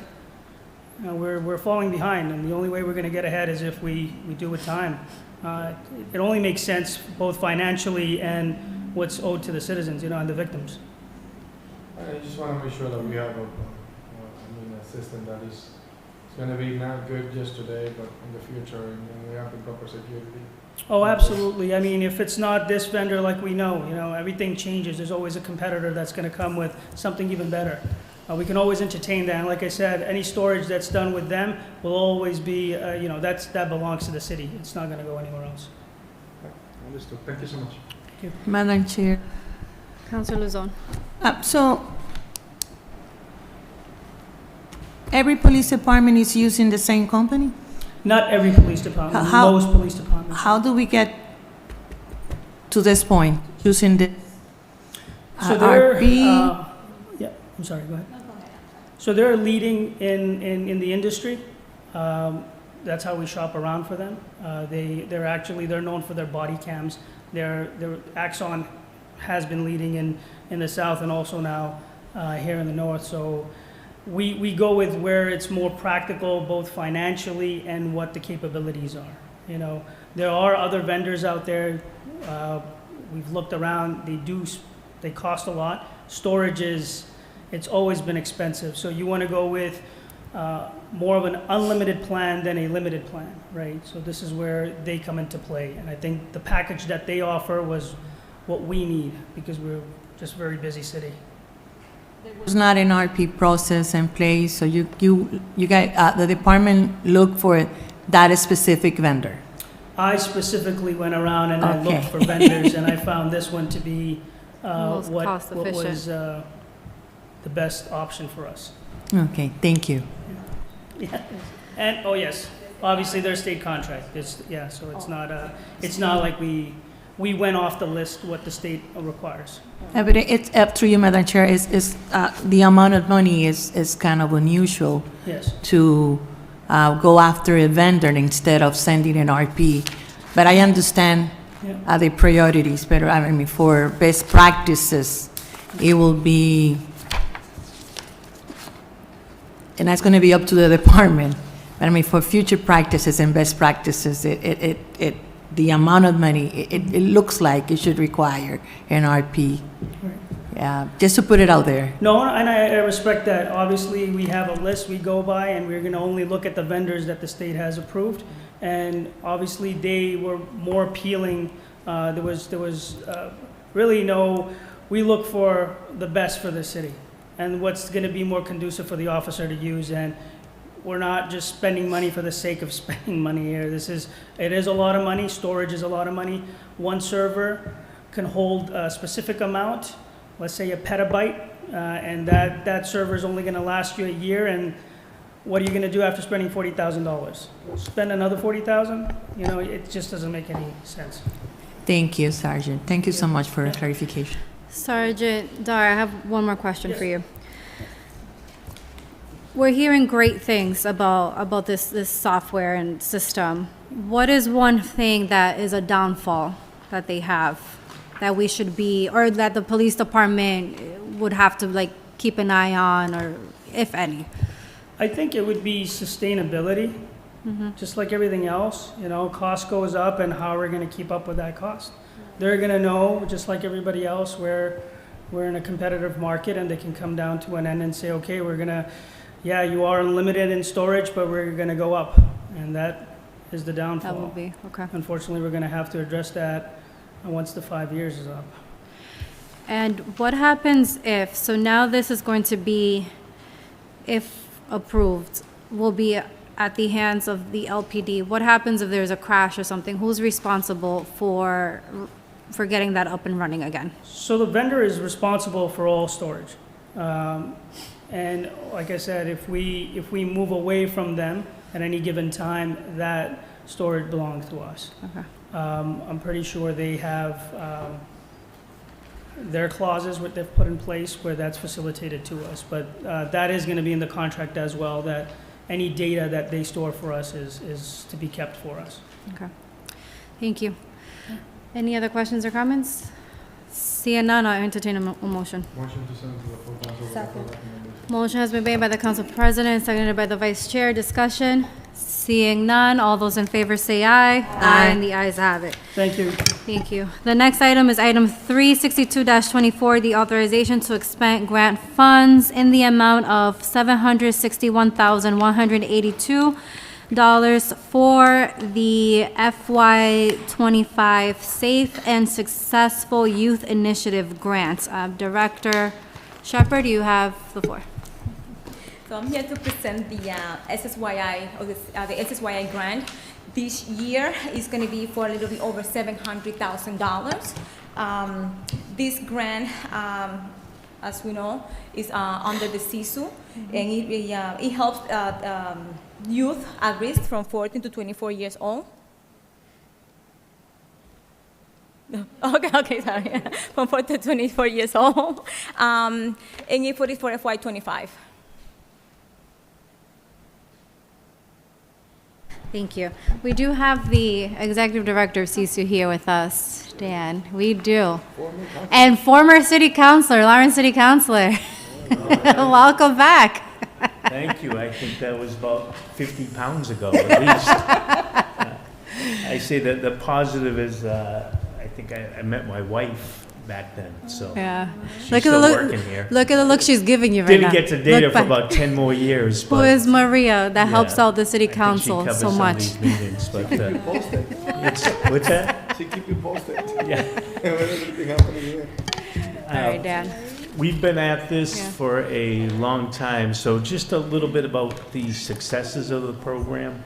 And I came in about 2.5 years ago, I think we had 2 employees left at the time. We're back up fully funded with 18 employees there. Have a great relationship with the police department, and we're not chasing, this program is chasing the kids who are very gang involved, gun charges. We're in the courts, we're in the school, we're in the streets. And this program works. We've had some success this year. We had four high school grads, 2 college grads, 1 young man going to the Marines, and 2 associate program. And that's kind of, that's unusual in programs like this. As far as comparing us to the rest of the state, we're on target and usually above. It took us a couple years to chase down someone who would be, we needed a mental health counselor. That's what we really struggled with. And I think last year I came to speak to you folks that was a struggle. We found someone. Since then, I think the state average is about 30%. We're at 60% as far as our young adults kind of seeking help. And that's, that I couldn't say anything. That's the best thing that happened to this program of the year is getting the mental health part of it. We are over at 417. I'm hoping to get you guys to visit, the council to visit us now. We've really taken off. We've got kids working all over the city and all over the state, union jobs, apprentice programs. We do have a failure rate, and it's just these young adults are struggling with a lot of things. Again, the mental health has really helped. We do need a new van, and that's kind of part of this grant. A lot of our kids who are gang involved need basically door-to-door service, and we're trying to get them home and pick. They're not comfortable walking from Canal Street to South Lawrence or to Tower Hill. They become targets right now, unfortunately. So we're transporting them. Happy to say there is 32 young adults up in the mountains for the next 2 nights, kind of a little outward bound program. If they're trying to call you, they're not going to be able because there's no phone service where they are for the next 3 days. We've got 8 employees up there with them. But our little struggle with the van, and we're happy that it's part of this grant, is I had to call Northern Essex Community College to help bring our kids up because 3 of our vans lack air condition. So we were able to take one of our vans, and luckily the college was able to help out and drop off a bunch of our kids up there. As you know, we've also got into a lot of different things with an after-school program now too.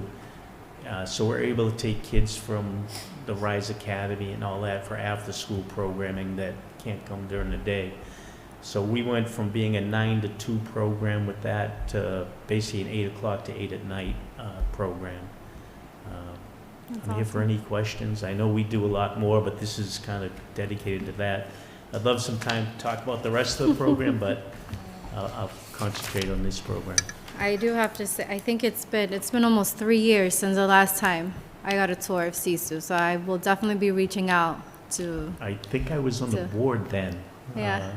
Yeah, you so gave me the tour with one of the students, yeah. So I will be one of those counselors reaching out to yes, it would be great. I mean, we actually do 6,000 meals a day out of that place too, and we're actually growing that culinary program. Bunch of the charter schools in the city, daycares, even a charter school in Lowell has asked for our services that we're going to meet with next week. So. With 12 employees and maybe 6 of our SSYI kids working that program, it's taken off. Madam Chair. Councilor Luzon. How many participants you say you have in this fiscal year? Just SSYI or the whole program? Well, do both. Okay, SSYI about 115. I think 99 active, and I'll be more than happy to show you our annual kind of comparison to the rest of the state. I can email it to you, or it's great. I'm actually proud of it, so I don't mind sending it or hiding it. Other than that, our Youth Build program serves, we have 70 applicants for 24 spots this year. Those are 16 to 24-year-old high school dropouts. We kind of tend to favor the 19 to 24-year-old because they've already been out of school a year or two and they're ready to make a change in their lives. That program right now has just been construction, but we just got certified to do a music technology program, a culinary program, and also a retail program. And I told the council president, those shirts we can do at CSU. So we have an embroidery and a screen printing shop there. So a lot of our kids love the music. They're all aspiring rappers, but not too many of them make it in that business. But we're teaching them the backroom stuff, the producing and the technology end of it. So that's going to be part of the Youth Build program. So that's going to grow. If I get a little more room, it'll grow even more. And then the after-school program, I think we had 600 kids go through. That's a grant we just got from the city for 4 to 7. We do that with 2 part-timers, and we change some of our full-time hours to do that. That's for the 6th grade to freshmen. And as an old executive director at the Y and basketball coach at the Boys Club, those aren't the kids we're getting. We're getting recommendations from the school department on kids who are usually getting thrown out of those places. So we're looking for the at-risk kid. We're looking to help those kids and hopefully keep them out of our SSYI program 5 or 6 years later. And the basketball program that we ran, I think, was your son involved last year? That grew from 300 to 650 last year. Wow. We ran out of gym space and time. That's expanding. Again, there's some great programs. I spent 17 years at the Boys Club coaching basketball. I did the Y. I've witnessed what Swanos does. We're not them. We're for everybody else who just wants to play. You know, the kid who wants to play socially, the kid who just wants to try it. We don't cut anybody. But we also do family dinners with that program, and we try to introduce them to other parts of Prospera, which is the Quintana Center and the immigration services. So we actually have funding to help those folks go through that program. So our basketball program is taking off. Again, we're not, if you want to watch super competitive basketball, we're not the place. But if you want to watch 600 kids have a lot of fun playing basketball, it's the place. And we are going to try to add volleyball this year just because the community is calling for it. So again, we don't want the super competitive. I'm done with that. Thank you. Councilors, at this point, I'll entertain a motion. Motion to approve. Motion has been made by the Vice Chair, seconded by Councilor Luzon. Discussion. Seeing none, all those in favor say aye. Aye. The ayes have it. Thank you. It's nice Thank you. coming back here once a year. Thank you, Counselor. All right, our last item, item 363-24, the authorization to expend grant funds in the amount of $61,250, which is additional funds for the Safe and Successful Youth Initiative. $28,750 will go towards FY24 and $32,500 will go towards FY25. Director Shepherd, you have the floor. Sure. This is a contract amendment that was just approved back in June. I know it says FY24, but they approved $28,750 for FY24, and I just heard that he said that amount got extended to be spent onto October, okay. And then they did an additional amendment for $32,500, and that can be used until December 31st. Awesome. Councilors, any questions or comments?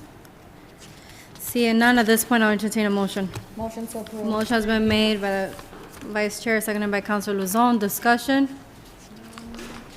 Seeing none, all those in favor say aye. Aye. And the ayes have it. we will see you on the 7th. Thank you. Thank you. Motion to adjourn. Motion to adjourn has been made. Properly seconded. All those in favor say aye. Aye. Aye, and the ayes have it. Thank you so much.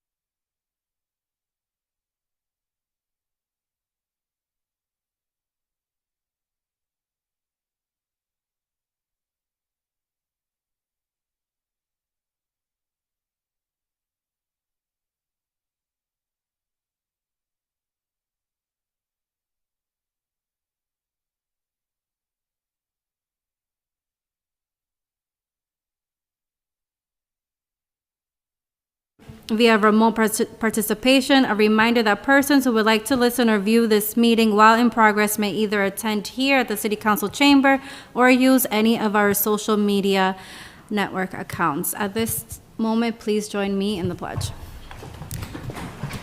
I pledge allegiance to the flag of the United States of America and to the republic for which it stands, one nation, under God, indivisible, with liberty and justice for all.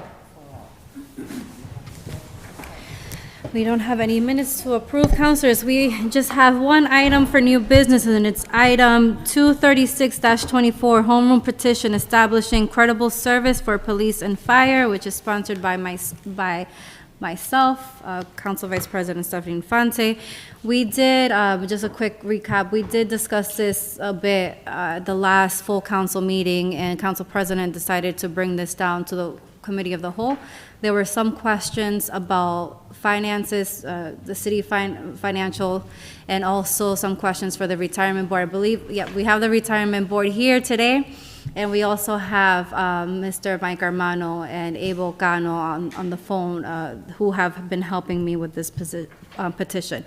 At this point, I'm going to call Mr. Mike Armano to the podium because we have made some significant changes to the petition since the last time we've had spoke about this, and he's going to go through some of the changes that were made. And the most recent version of the petition, councilors, is the one that's right when you open your binder. It should have been the first document that Teresa put. Yep. And 2 pages. It's towards the end. Mr. Armano, welcome and thank you. Thank you. Good evening, councilors. Mike Armano, I'm a member of the Lawrence Fire Department. Thank you for hearing me tonight. And Council Vice President, thank you for your support in this. I'm here to support the home rule petition establishing credible service for police officers and firefighters. Credible service is given in a variety of different places, for service as a veteran, for service in other governmental units where there is a public retirement system contribution, and things like serving on the reserve. So here, this petition would fill the gap in a couple occurrences where credible service is not given to a police or a firefighter.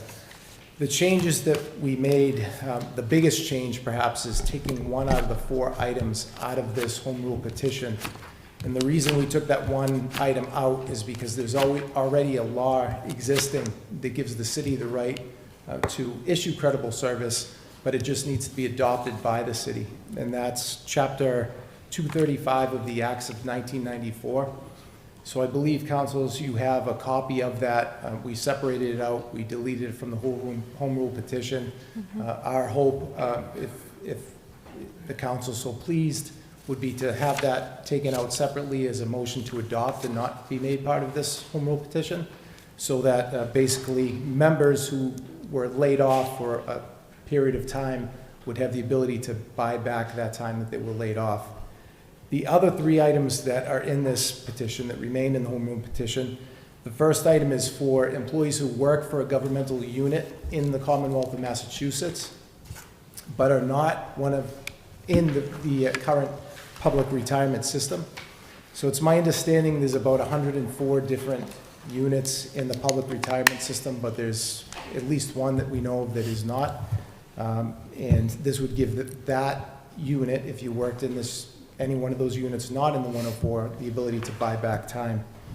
The second is a reserve list, and the change we made with the reserve list, there's 2 groups basically around April 2012, when the public retirement system was separated into 2 groups. One of those groups was captured in a place where their reserve time was no longer given to them, and it was cut off around 2009. So what the change does in this home rule petition, it gives that first group that were hired before April of 2012 the ability to get back up to 5 years. In our case, it's mostly members who have about 2.5 years, but it would give them back that ability to get that time and as a credible service. That change was made, my understanding was during in the SJC around 2019, and it was interpreted to cut off those members. Other members who are on the reserve list, should we choose to hire reserves and on-call, would have the ability to purchase that credible service. And the last category is those who were bypassed and later given a decision by civil service that the bypass was no fault of their own, and that would give them the ability to buy back the time from the time they were bypassed to the time they subsequently get hired. And all this, I think the summary of what this home rule petition does, for me, I think any legislation that's put forward, you have to look at a few things, and that's what does it do for the profession? Clearly for firefighters and for police officers, especially in these times, these are difficult jobs, a lot of hours, a lot of stress goes into them, and it's something that really supports the profession of firefighters and police. The second thing it does, it supports the community. Anytime that firefighters and police officers are pushed to their limits, where there's a possibility of someone being injured in the line of duty, that does nothing good for a community and ultimately has costs for both the community and the firefighters. And of course, the third thing, it supports the biggest asset we have here in the city of Lawrence, and that's our employees. So it gives them that ability, as I think I've said before, the ability to manage their health and wellness at a time where they're most vulnerable towards the end of their careers. So they can decide, do I have what it takes to carry on, or is it time where maybe I could use a couple extra months or a year and retire at a place where I go out at a peak instead of going out at a place where I'm pushing and pushing and pushing to a limit that maybe I can't handle. That's the summary of the home rule petition. Again, I appreciate your support. This is something that means a lot to me and my colleagues. And if you have any questions from the perspective of a firefighter or police officer, I'd be happy to answer those questions. Councilors, do we have any questions on the changes specifically that you just heard Mr. Armando summarize? If there are any questions for the retirement board or our CAFO, Mr. Mark Iannello, please hold those questions because they will be called up to the podium. But if there's any specific questions with changes, Council President. Section 3, can you go a little deep into section 3? I mean, I'm interested to know more like how that's going to work. Perhaps I give you, for example, somebody was bypassed for any particular reason 10 years ago. Well, let's say 5 years ago, because we actually get in the 5 years like a threshold. 5 years ago, and then you get hired now. Is that person going to be able to buy that 5 years back? Yeah, so this would be someone who is bypassed. When you're bypassed, you have the right to either go home and do nothing, in which you don't get hired, or you can petition to the Civil Service Commission and appeal and claim that it was a unjust bypass. You were bypassed for no reason, which, again, the civil service system is designed to protect people. It's designed to be fair. It's designed to be equitable.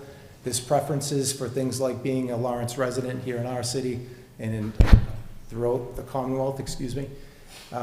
So if you were bypassed for no reason and it was unfair, you could get appeal, and if the Civil Service Commission agreed that there was no reason that the administration bypassed you, you would basically be placed number one on the list.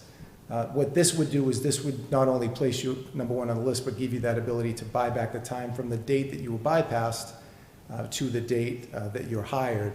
And often the way that police and fire hire, we hire in groups, so it puts you back at the same place that you would have been with the group that got hired.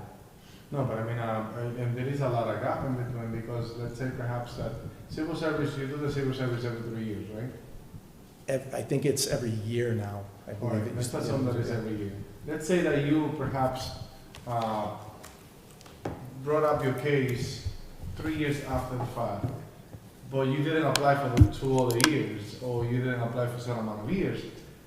You still didn't apply, and you were not bypassed every year, but you were hired at that moment 5 years later. You're gonna have the option to buy back those 5 years. It's like, it is a lot of loophole on the number 3 at least. Yeah. I mean, and loopholes is what we want to avoid when it comes to writing a law.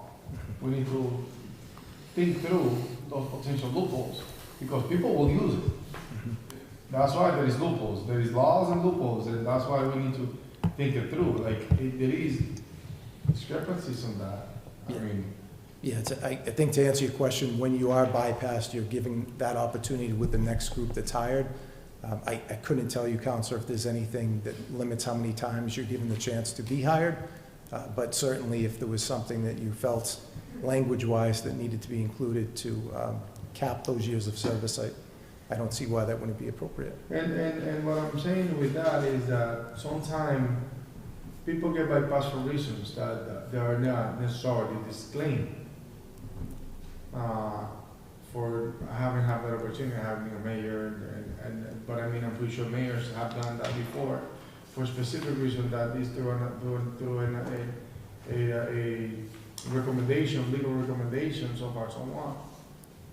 And then at the end of the day, what I'm saying is like, there is, that service was not provided to the citizens of Lawrence for a specific reason. But still, you'll be able to buy back that time. And the citizens of the city are gonna have to pay for that. And when it comes to a retirement, which is one of the huge responsibilities that we have in the city. I mean, the retirement system is one of the biggest responsibilities, if not a must, in the city. I mean, it is kind of like, number 3 is, I don't know about number 3. Yeah. The other ones, like when it comes to number 2, I would like to know why the state is not including that on the state law. Probably once we get the retirement board on here, we might be able to get more clarity on that. But I mean, as it is right now, it sounds like we probably kind of like, going back to the loophole, we're probably covering one loophole that already exists and is existing on the law. So I don't know, let's hear the law and then. Sure. On number 3, to respond to the comment, I'm hoping that something like this would serve as a deterrent to any future administrations. I should take a step back here. Any future administrations, to show that we have a fair process in civil service and it must be followed, and we shouldn't bypass someone to get to someone else. We should go down the list as civil service intended it to be. So hopefully something like this would be a deterrent to say, yes, there could be a cost to the city if the rules aren't followed. That would be my hope with something like this. It also brings back that equity piece. You're losing time. You have a group of members who are around your same age who got on, and there could be a situation where it is years later that you're hired.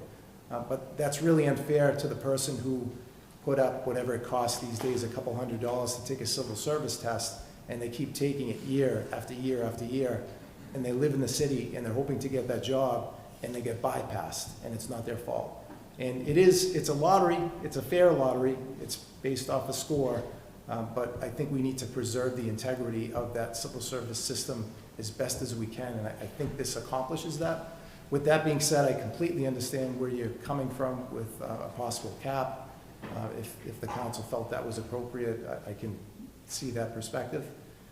With regards to number 2, the reserve list, I think, in my humble opinion, after reading the law, I think the law, Chapter 32, specifically 42B, carved out an exception for police and firefighters, and I kind of feel silly saying this, but really silly for those of you who maybe read court cases, but I completely disagree with the Supreme Judicial Court in Massachusetts, how it was interpreted. I think if you look at Section 1 and Section 2, and if you later have the time to reflect and read these chapters, you'll see that Section 1 is tailored for almost every other profession, and in Section 2, it clearly carves out police and fire, affording them 5 years, up to 5 years of reserve time. For whatever reason, those members who thought they had this time for most of their career, it got flipped recently. And I think that first half of Section 2 takes away what I see as an injustice. Thank you. Councilors, any other questions or comments pertaining to the petition itself? Councilor LaPlante. Just a general question. I don't philosophically, through you, Madam Chair, have a problem with, this is a process, not a substance point, with the substantive change that you're looking to make. But my feeling Madam Chair, is when an article is submitted to the council for us to work on, we at that point need to, as a body, need to determine if we're going to amend it. There were things that are taken out from that first draft. Now we're working off of this draft. That's the responsibility of the city council to make the decision as to, are we going to take that out? Are we going to keep that in? Not as we're going around the proponents, whoever the proponents are, going forward and say, I'm taking this out, moving this out, without us, after you've submitted it, without us having the deliberative process to go through it. So again, I don't have a problem with that, but that's a concern that I have, unless there's something that I'm missing. And So I believe that was, we found out after someone reached out to the retirement board that section is already state law. The difference is, except that it's just not, it hasn't been adopted by the city of Lawrence, which is why it was already taken out, which is why it was taken out, so it wouldn't be redundant. That was a question that I had. Is it something that we propose? I mean, depends on what we do with this, but that section itself, is it something that it's its own separate item because it is already state law, it's just not adopted by the city? So there's questions around it, which is why. I understand now why. I still stand by the fact, and I'm not going to make a bigger deal out of it, but just to say that we as a group should have had that conversation. It should have been brought up with those comments. This is redundant, it's already a state law. Let's strike that from the proposal. Then we could strike that from the proposal and the other things, the other improvements, if you will, and then say we're going to insert those in. Just the process questions. I want to spend more time on the substance. So, councilors, you do have the original draft included in your packet. So if you want to work off the original draft, we can certainly go back and just do the comparison, like how we did with going back to an example, the school committee petition. We do have those in front of us. So if you just put both documents side by side, you can see the difference. You can see it word for word, the changes that have been made, and we can continue debating it. No problem. Any other questions or comments? Councilor Luzon. And I'm making myself familiar with this. So what will be the financial impact? Or are they buying just time? Do we need to pay then? That includes money? Yeah, I guess I would defer to Mr. Iannello on the financial or the retirement board for the exact financial impact. But really, I think from our perspective, a purchase back of time or whatever the council, whatever pleases the council as far as getting these members credible service, we would support any option. Captain. So, Councilor Luzon, this is actually a great time to transition to the retirement board because the financial questions will be answered by Mr. Iannello or the retirement board, depending on what type of question it is. I have a question, Madam Chair. Is it pertaining to the petition itself? Okay. Yes, and I know that Captain, he's very good explaining things. He's famous for that. Would you explain me the process? Imagine that people that are not, well, we have people that are not aware with this in a simple way, in a very simple way, so my constituents can understand what we're trying to do here. And I know you're very good explaining things step by step. Thank you. So basically, every member has a different situation. Some members worked for 10 years, 20 years, 32 years. Some members will work for 36 years and they will never need to get extra credible service because they already maxed out in the retirement system. God bless those members that can do that and they're healthy enough to work past the 32 or 34 years. But others might be pushing 27 years, 28 years, and they might have had time as a reserve or had time working for another government unit in Massachusetts. Maybe it was 4 years they worked for the Transit Authority, or maybe they had 2.5 years of reserve time. When they're at that place, after working 27 years or 30 years, they'll be able to judge, how do I feel today? Do I feel like I'm at my peak? I want to give everything I can to the city. I want to do the job the best I can. This is a very important job, and health is paramount. Health is very, very important for a police officer and a firefighter. So when they're at that place, if they feel like, I can take a couple extra years, buy that time, and retire now while I'm at my peak and let the young guys come in, then they have the choice of doing that. Other than that, they could stay. They might say, I feel good, and they might never need to use the credible service. But what this does, it gives them an option to get those additional years where they might have been serving in a different capacity and be able to retire when it makes sense for their health and wellness. Thank you. Thank you. Council President. Yeah, when it comes to the home rule petition and what we're sending out to Boston for the state rep and the senators to approve, and subsequently the governor to sign into a law that affect the city of Lawrence, what is the maximum amount of time based on this current law that we're discussing, the buyback is going to take effect? How many years is the max they can buy? I think under the law, there's different requirements, such as in provision 2, the current law that existed was a maximum of 5 years for reserve time.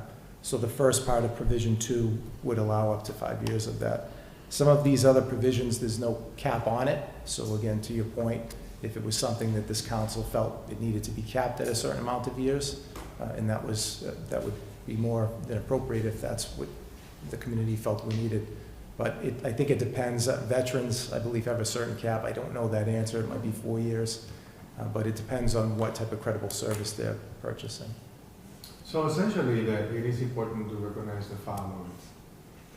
Every time that we have a buyback from somebody that either worked for the city of Lawrence, the city of Lawrence pick on that price and pick on that retirement. It is important to know that, to disclaim that, because people need to know that. And if somebody that just get hired here in the city of Lawrence and they have credible time in another organization, they have no cap, let's say 20 years, and then we're going to have to pay for that retirement.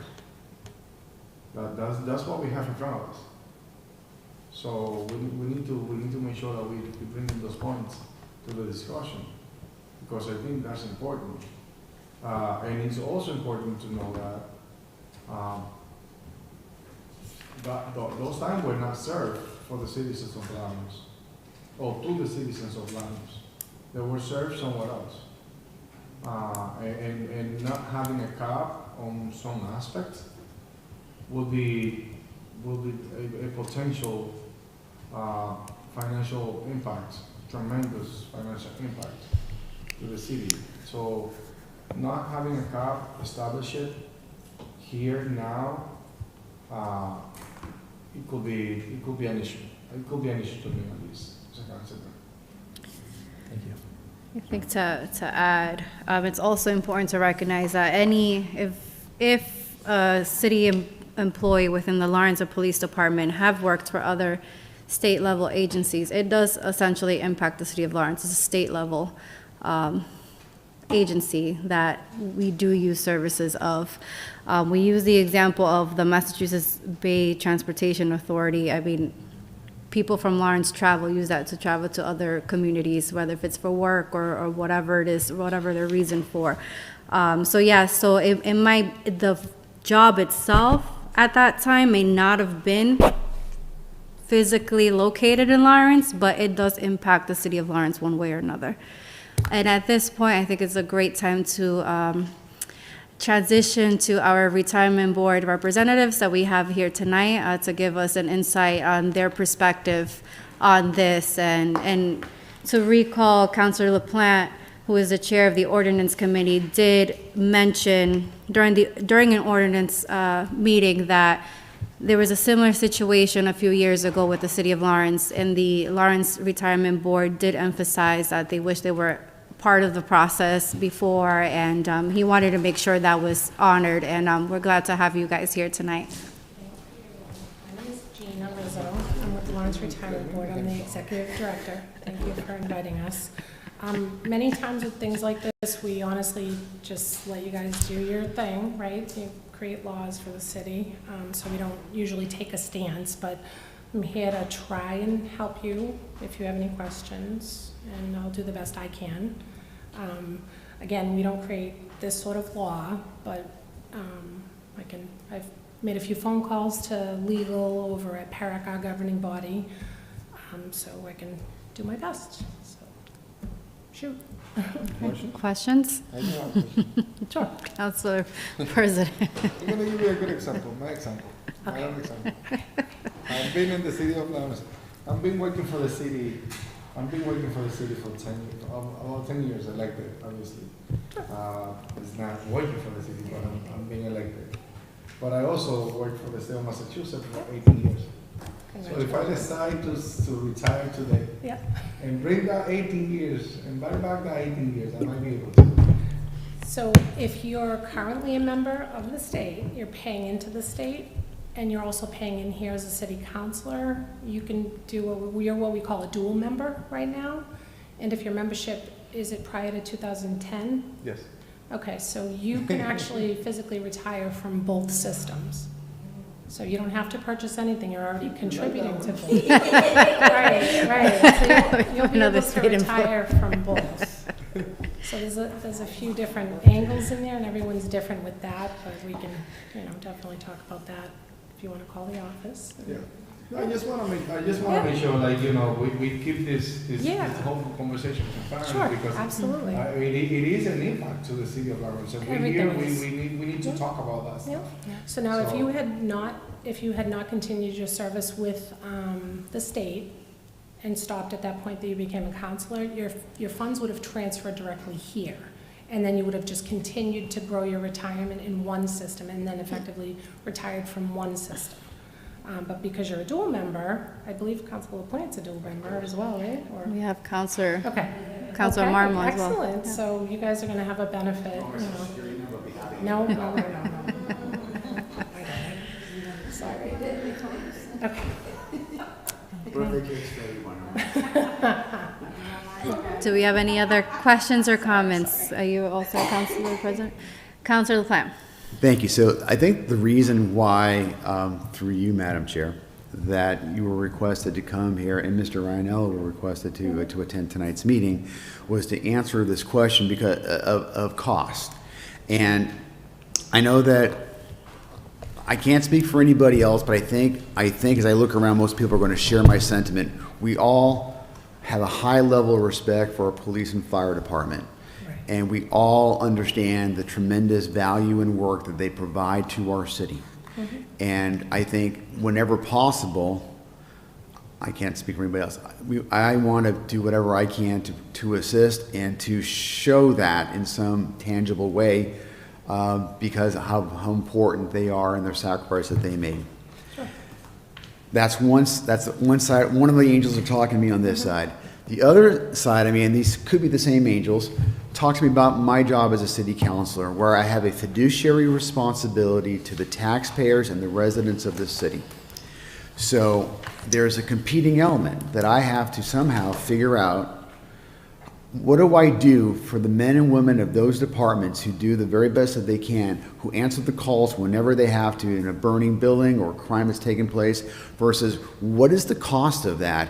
And is that a fair, what am I asking the taxpayers to submit for taxes? Is that fair for them, whatever that is?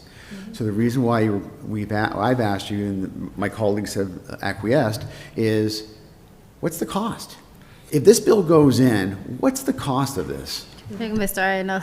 Did I go to the wrong place? I guess the retirement board and our capital, you guys we're talking about finances, so you guys can enter. Gina and I have spoken, and she provided some information. She has an actuarial evaluation from KMS, but the short answer to your question, Councilor, is we don't know what the cost is because the legislation is very loose. I think the first thing that should happen is this whatever proposal is, and I have several proposals in my packet here. I'm not sure which one's the final one, but it should be reviewed with the retirement board's attorney because they could give some comments about, this is kind of open or this is that, if that's something the council wishes to do. Mm-hmm. But the short answer about what this is going to cost is we don't know because it's open-ended. Right now, if it's to get certain employees that were laid off or that were bypassed, these words that I'm hearing, it sounds like they want to get credit for that pension or for that time towards their pension, even though they didn't work.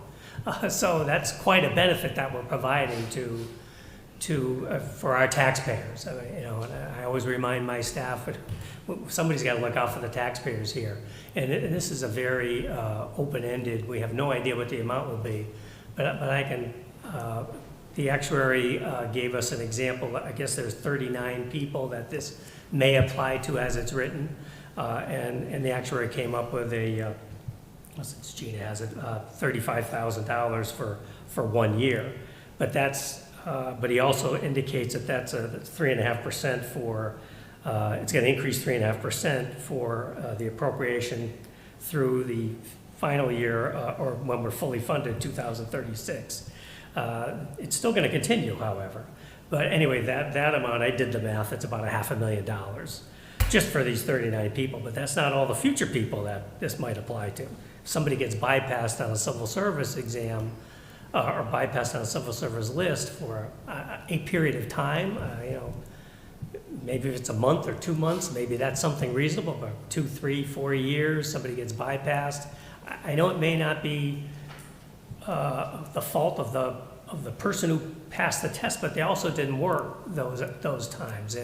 And all the time that we have in the retirement system is based on time worked, and that's how everybody gets a pension.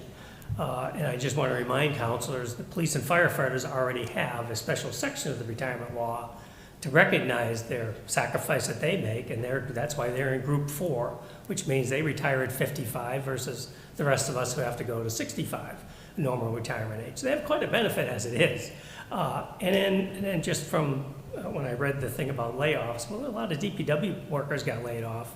They're not eligible for this. It's only for police and firefighters. So there's a lot of things to consider. I think the legislation as written, you know, the retirement board has one of the best attorneys in the state for this type of stuff. I'm sure he would have many comments to make, because the retirement board, if this passes, has to Vote on it and, administer yeah. that Yeah. practice. And so Yeah. they need some good written rules, because Yeah. how do you calculate somebody's pension? So, and I imagine maybe when it passes the state, it might get another level of review. But I think the retirement board attorney and our city attorney probably should get together, review something like this if that's the council's wishes. But again, the short answer to this is we don't know what it's going to cost, because we don't know how many people it applies to, how many people in the future will apply to.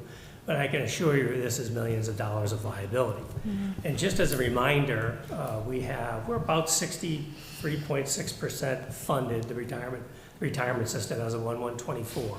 Retirement system has done a great job investing our funds. We were 50% funded a few years ago, so we're up to 63.6, which is great, but it's still far from 100%.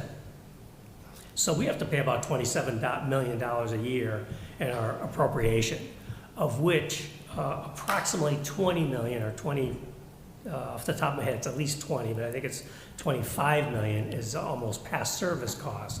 And our normal cost is only about 7.5 million. What that means is if our forefathers paid into the pension system the way they should have, we wouldn't have to make up for the taxpayers today, have to make up for the taxpayers in the past who didn't pay their fair share when we paid our city employees. So in 2036, we'll be fully funded, but right now we're paying $20 million worth of interest, if you will, because the normal cost on the pension is about 7.5 million, and it's about 20 million is what's considered past service cost.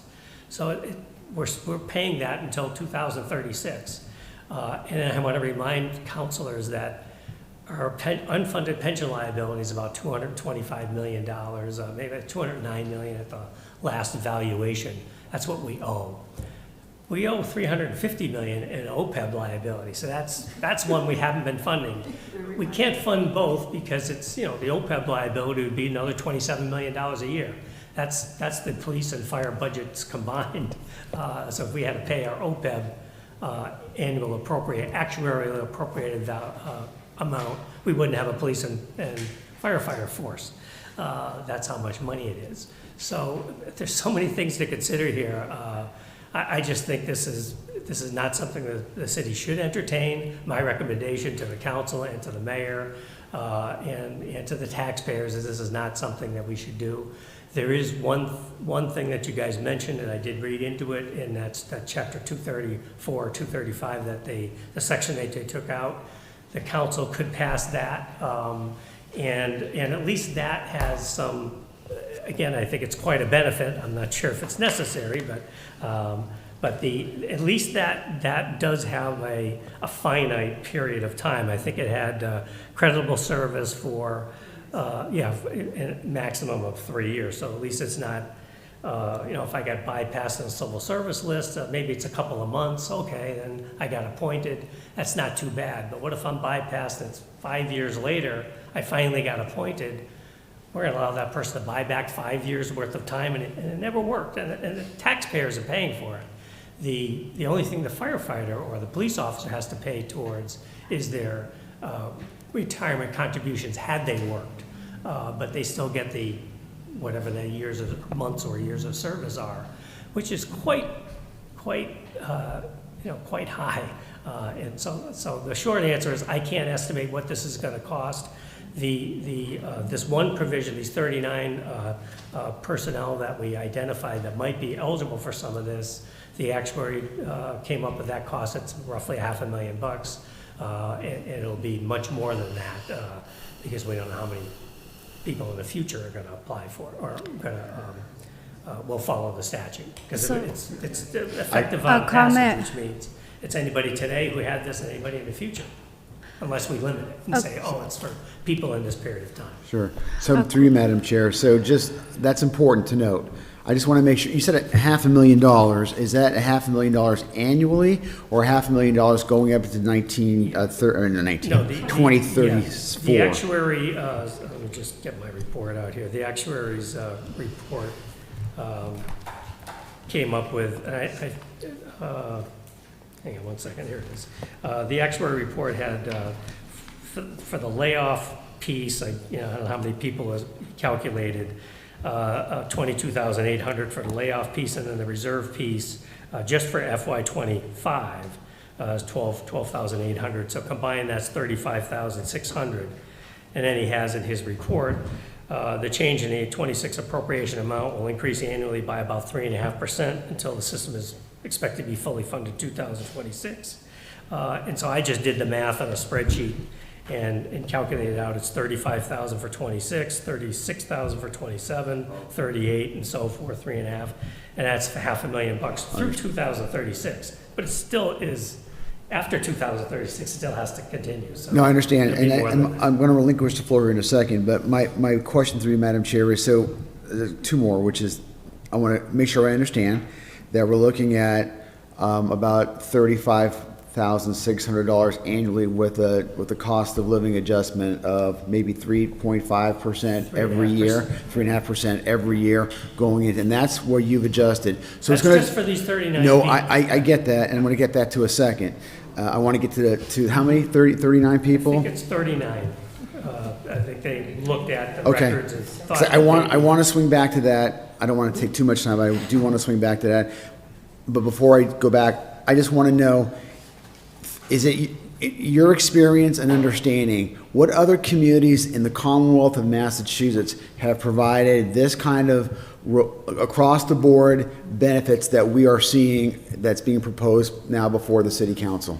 Yeah, I don't think there's anybody with this. That's why it's home rule petition. How many people adopted Chapter 235? How many towns adopted Chapter 235? That's not my question, because that Yeah. seems like the easy, that seems like That low-hanging we might be able fruit. to find out, but- That's low-hanging fruit, it seems to me, and I think I can jump on board that fairly quickly. But I just want to know, I mean, it's my understanding that we're talking about individuals that have gotten home rule petitions as opposed to entire municipalities that are provided to it. And I think that's, from my understanding, in doing the research that I've done on it, that seems to me as being part of the issue, which is that we don't know necessarily what the universe of people is going to be, and that's why we are rolling the dice, and you can't give us a number. But you did give us a number on 39 individuals that you said that were Well, it reserves. wasn't me, and- that's the actuary. 'Cause Okay, the only the one who actuaries. can give the numbers are Sure. the retirement board's actuary, Okay. because how long do people live and so forth. That's what the actuary's expertise is. So Gina asked their actuary, the retirement board's actuary, and they pulled some numbers on who would be applicable to the layoff and reserve.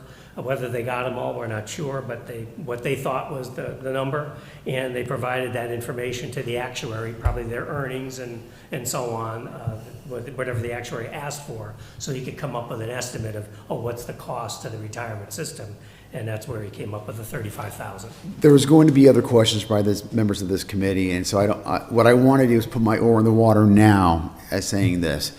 I think there's an opportunity for us to tighten this thing up where we're not looking at this ambiguous, uncertain cost.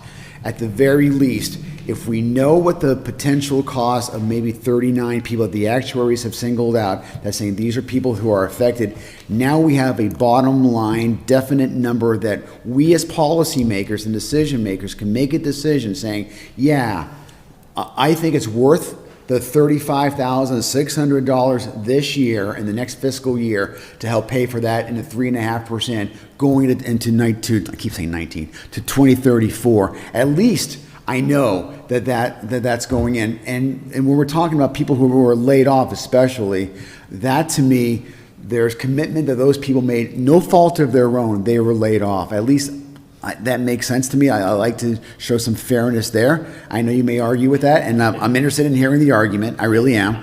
And the other part of it is the reserve list as well. They were cut off at 2009, that they could have gotten potentially up to 5 years. And I realize your argument, they didn't work for us, why did we do it? But they were essentially at some point, before that 2019 SJC ruling, they were provided some understanding and reliance that they were going to get this, and then things switched on them. And what Mr. Romano, I'm going to call him Mr. Romano tonight, what Mr. Romano said, I think resonates to me to a certain extent, which is the rules kind of change midstream. And it's a finite number, I think, that's going to be impacted in our city. So at least I have a defined figure. And it's not like, oh my God, I don't know where this is going as far as numbers. Well, I just want to make one point as well, and that is when we hire our city employees, there's a retirement law that they're eligible for. And everybody knows it is Chapter 32. People can look it up if they want. But that's the contract we make with employees when we hire them. It's not, after I get hired, I'd like to get something else on top of that. That's not what the city signed up for when we hired them. So that's just some point to make. One thing that just was discussed earlier is buying back time and so forth.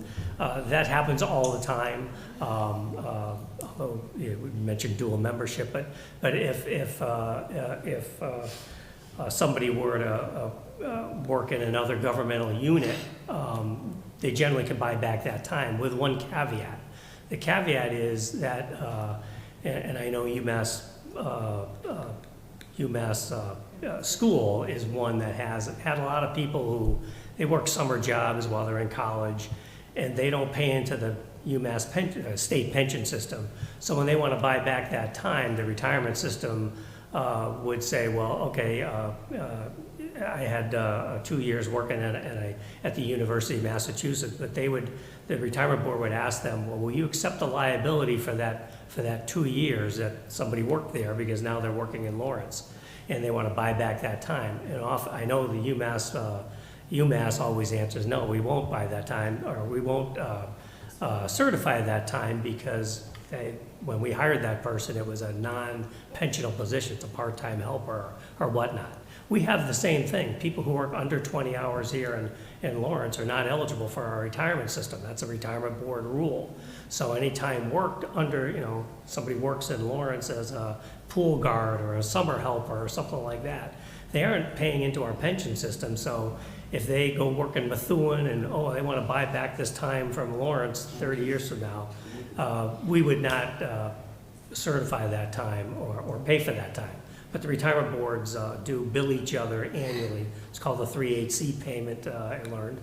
And they bill each other for all this time that people have in different communities.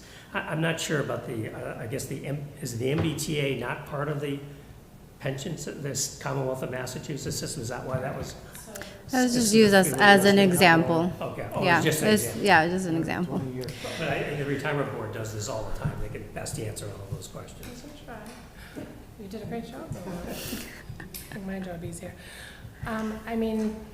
Are you asking specifically about the circumstance number 1? Or with the MBTA, or? No, that was, the just couple piggybacking off mentioned of- that, and I just said that, that's an example such as, that you can tell by the language. But from the beginning, the sentiment of the council was that we want to work together. It is, we see your points about it being open-ended, and if there's anything that we can, we can figure out and fine-tune 100%, we would like to do that. We would like to know the opinion of your attorney and also the opinion of the city attorney.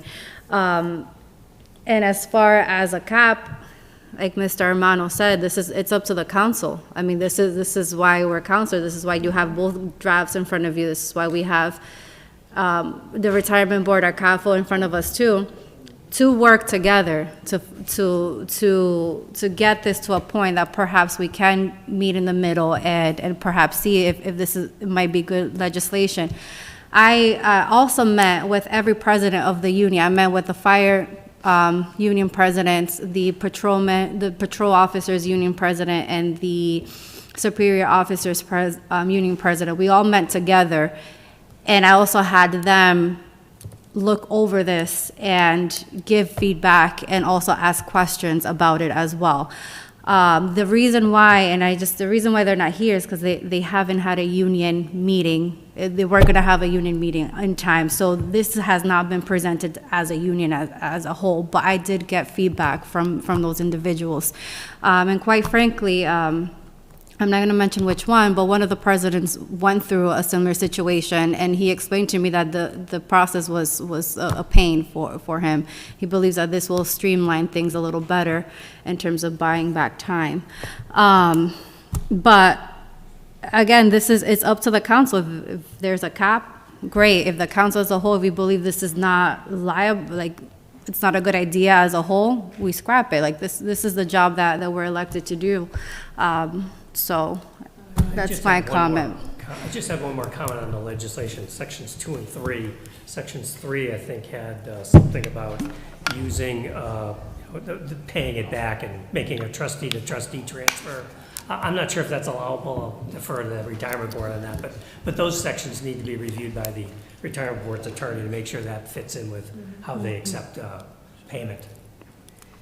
I have one more question. I have one more comment before I pass it on to another counselor. This is my one counselor, my opinion on this in terms of fire and police having a special clause in our laws about their retirement and pension and stuff like that. These are individuals that put their life on the line every day. They go into fires. We've lost officers in the act of duty.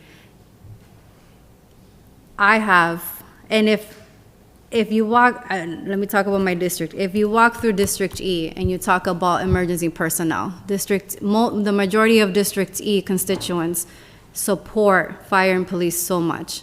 They don't play around when it comes to public safety. They don't play around when it comes to our emergency personnel. And those who have spent some time in District E know, I see Councilor Reyes nodding, they know that they don't play around when it comes to these individuals. I also see we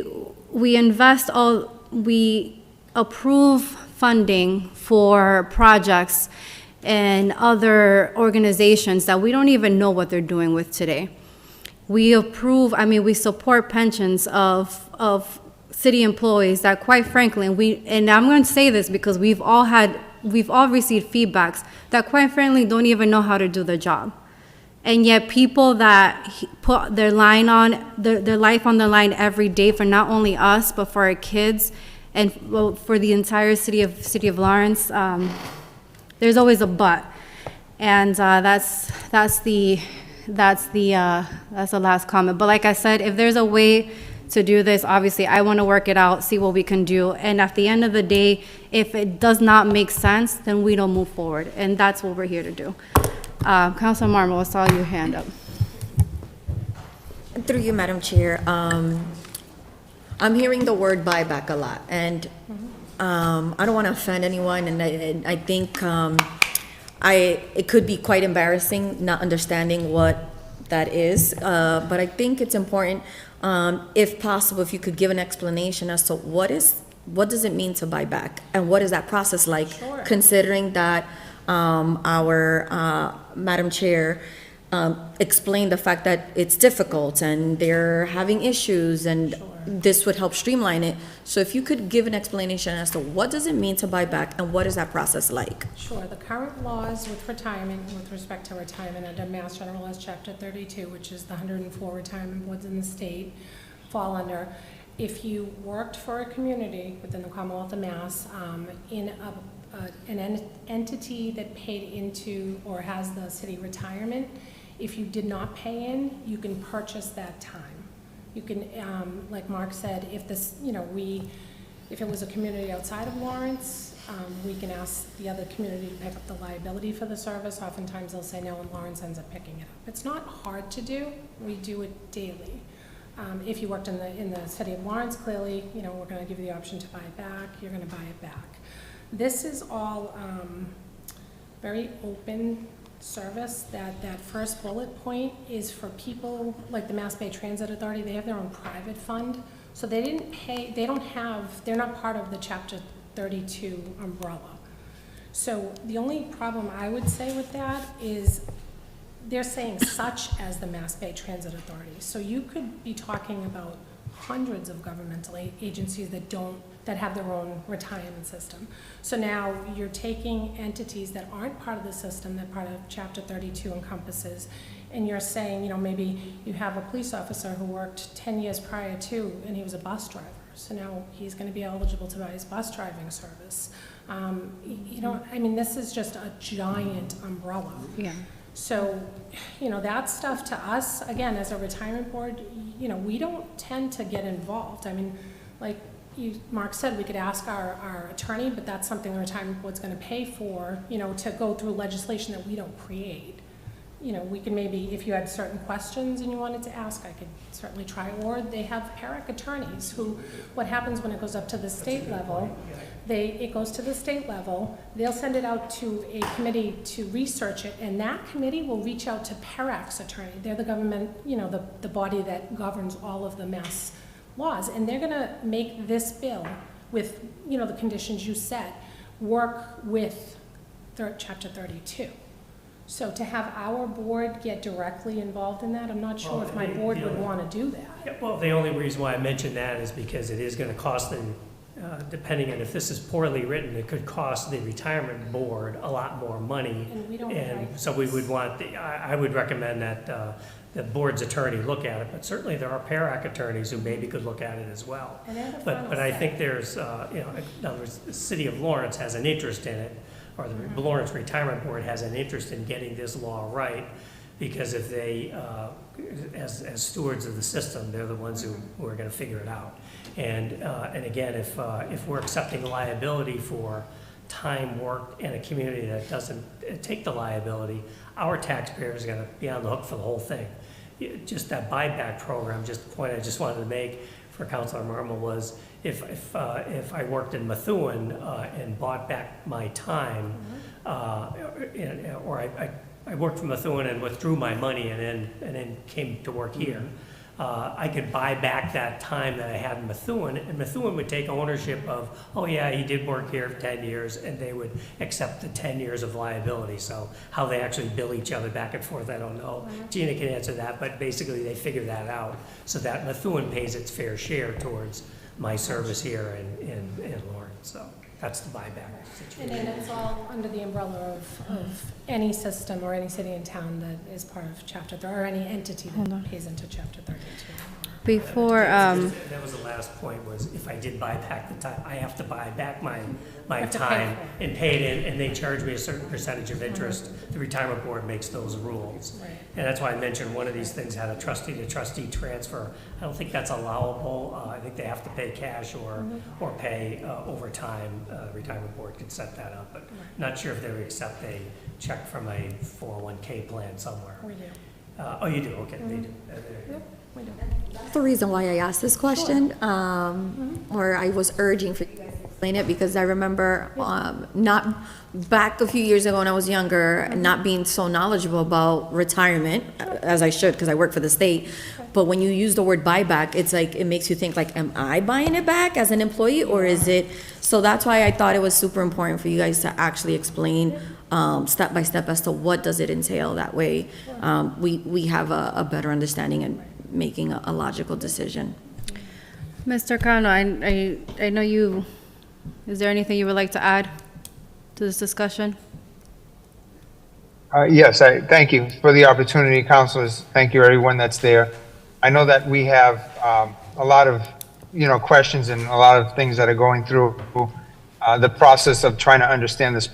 But we're looking to try and work with Mr. Iannello and also Gina Rizzo from the Retirement Board and the PARIC attorneys. We want their input. We want to try and resolve this so that we can get something that is going to make sense. We're not trying to do something that is not equal and fair. We're trying to make something that is going to help the men and women that protect and serve this community, trying and get a service that we should have gotten, but because of particular issues, it hasn't been included as an inclusive process. So in your packet, you do have circumstances and situations where this issue has been addressed and it's been done. So it's not that you can't, it's whether you're willing to allow this to happen. If we want to cap this to, let's say, not an infinite number, but 4 years, that's great. Let's do that. But let's make it fair and equitable so that everyone has an opportunity. And I think that the most important aspect of this is, here we have a situation where if you're working for different entities and you're trying to do it, there's very few situations. I think that the MBTA is one of those singular anomalies where I'm not allowed to, let's say. And so now we're trying to close that situation so that you can. The other issue is regarding the buyback. You're basically investing money into a retirement system, and I know it doesn't make it 100%, but you're taking money, and what I would like to maybe have is for someone to give an example of what 1 year would cost to buy back that time. And then if you were to make 4 years of it, some people are at their limit. It's not like you're going to have people from 100, like 50 years ago buying into the system, because you do have a limitation of retirement. So most of the folks that are going to benefit from this are probably already retired. They're gone. They're not probably even working. And even if, let's say tomorrow I decide to retire after I buy my time back, I might pass away. So I'll never collect any of the money that I inputted into it. It's a gamble. And I just want to make sure that it's clear that we're trying to make this work and we need everyone's help. We're not trying to get something for nothing. We're trying to make this fair and equitable. I appreciate everyone who's there, and I thank you for your time. And Mike, thank you, Mike Armano, for presenting this and making this a little bit easier to explain, because it is intricate. But we're looking for your help. Thank you. Thank you. Council Madam President. Chair. Council President. And then Council Luzon. I have a few questions. Can you buy back time to be able to get vested? Yes, as long as you're a member of the system, you can buy back time within the Commonwealth of Mass, that is pension eligible. No, within this law. Within this law, sure. I mean, if this passed the way it is, just with the way I'm reading it, that's the thing. I mean, there's so many variables, so many moving pieces. Like Abel said, maybe it's only a handful of people, but we don't know that with circumstance number one. And again, I'm a proponent of the police and fire. I know they do a city. I'm always gonna back them.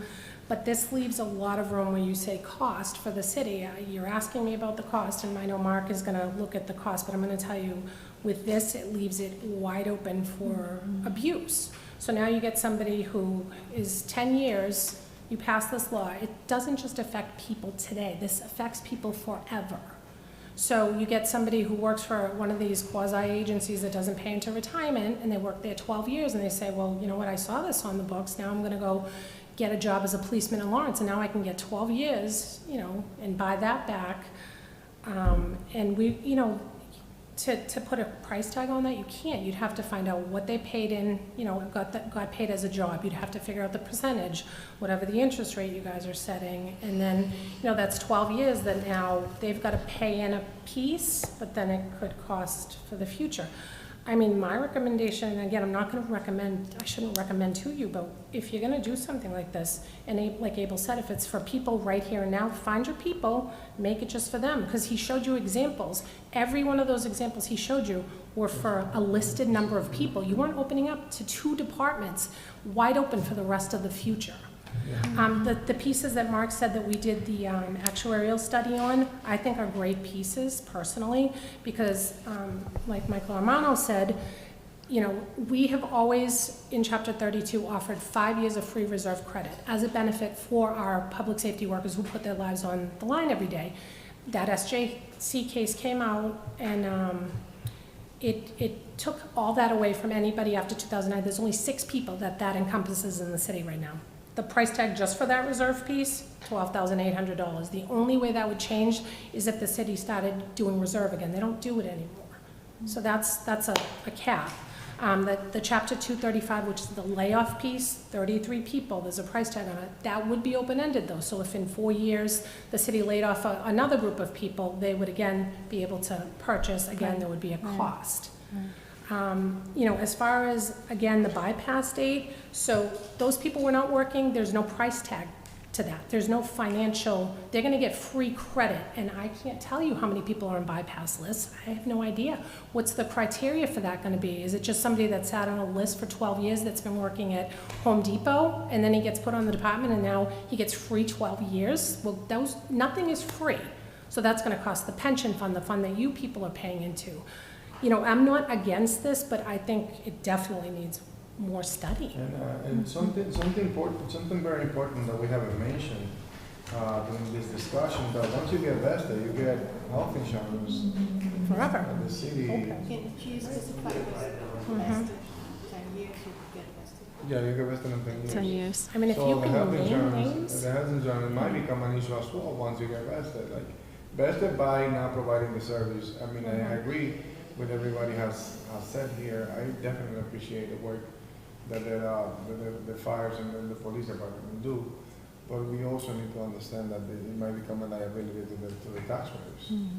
And me personally, the way I see it is like, you know, there is negotiations with the unions, and this last contract that we have, it was something that we didn't have before. We have the Quinn bill that we added to the departments and so far so on, and that was something that, I mean, it was very well considered and very well costly, and we definitely agreed upon, and everybody was happy about it, and it's something that, you know, we need to take into consideration.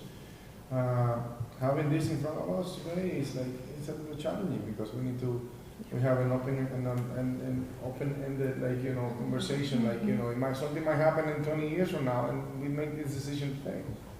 It's like, I don't know, but I mean, it's kind of tough to say, like, the support that I have for the fires and police have nothing to do with it, you know, not necessarily being in favor of the way that it is right now. I think the intent is wonderful, but I almost feel like if they pulled it apart and just named the people in each thing, you know, and it didn't open it wide up.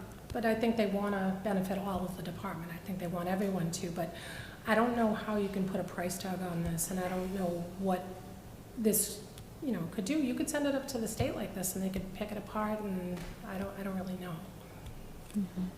And again, to remind everyone, we're not looking for a decision tonight. This is a conversation. This is we have questions, we have scenarios, this is just bringing everyone together to see if it's even possible, refine this and present, we have to present it again, present it, and if the council still feels like, then it doesn't pass, or if we do our, some job and they're like, okay, and us as a whole, this covers most of our questions, great, let's move forward. This is what we're here to do, so, Mr. Armano, I see that you have a comment. Just a couple points of information. Thank you for all the discussion, and conversation is great. I think some of this very easy solutions, such as the vesting, it could be a member who's already vested, which completely aligns with the intent of this home rule petition. Very easy to add that in there, as well as your cap, Council President, that you suggested. That could be something if it pleases the council. Just a couple points, though, as far as reserves go. There's a lot of men and women in the police and fire, when they're hired, they're appointed reserves, at least when that happened more often. That was a commitment to these men and women to stay in one system and stay in the city of Lawrence, as opposed to going to other departments. And that's happened in our department, where there's other offers. It might be with the Boston Fire Department, Massport, Lowell, wherever it may be. And when they were made a reserve, they committed to waiting for that position. They also delayed other career pathways and other pension systems. So you have a private system, or even Social Security, which the private sector pays into, and the public sector is separate. And what this does is it bridges that gap, so you can have a full pension system with all being public. I also want to point out, this isn't a department-wide thing. It's actually very unique. There's very few people who worked for a government unit that did not have a public pension system. In fact, there's 104 different public pension systems. So it's unique, and what this does is, for the 1 or 2 people in these departments that this fell under, it fills the gap for them and gets them up to speed in the public system as opposed to the private system. As far as the layoffs go, I think it's very important. We talk about cost. I think Mr. Aiello could probably give us the exact numbers, but my understanding, it's thousands and thousands of dollars to rehire some of these firefighters and police officers and send them through the academy. At one point, I think it was $15,000 just to go through the academy. So when these members get laid off, one thing you may or may not know is there's a right to go serve in another city. In fact, they go on the #1 position to get rehired. In fact, this happened in Lawrence, where they went to Lowell and Haverhill and Waltham. And some of them stayed a little bit, and they were paying into the pension system, by the way. And that's not what we're looking for. We're looking for the gap of time, the 4-month period when they got laid off from Lawrence, and then it took 4 months before they got picked up by these other departments, but then they decided to come back. So they're not going to recover the time that they served in Lowell or Waltham or whatever it was, but these were Laurentians who loved the city of Lawrence, wanted to serve the city of Lawrence, and thankfully they came back, so we didn't have to spend thousands of dollars and lose all that experience that we had with these veterans. So they came back, it saved the city money, and it's not, cost is not that easy. It's the same thing like we talk about with injured in the line of duty. We're not the typical city. The city of Lawrence is unique. We all know that the social determinants that we have, the effects that it has on our residents alone, lowers our living age. In some places, I read a stat in my public health world that I think it was Chelsea had an 18-year difference between Chelsea and Newton. Lawrence is much different than Merrimack or Amesbury or Newburyport. That's just if you live here. Never mind if you're a firefighter or police officer living under the stressors of a community that suffers through so many social determinants.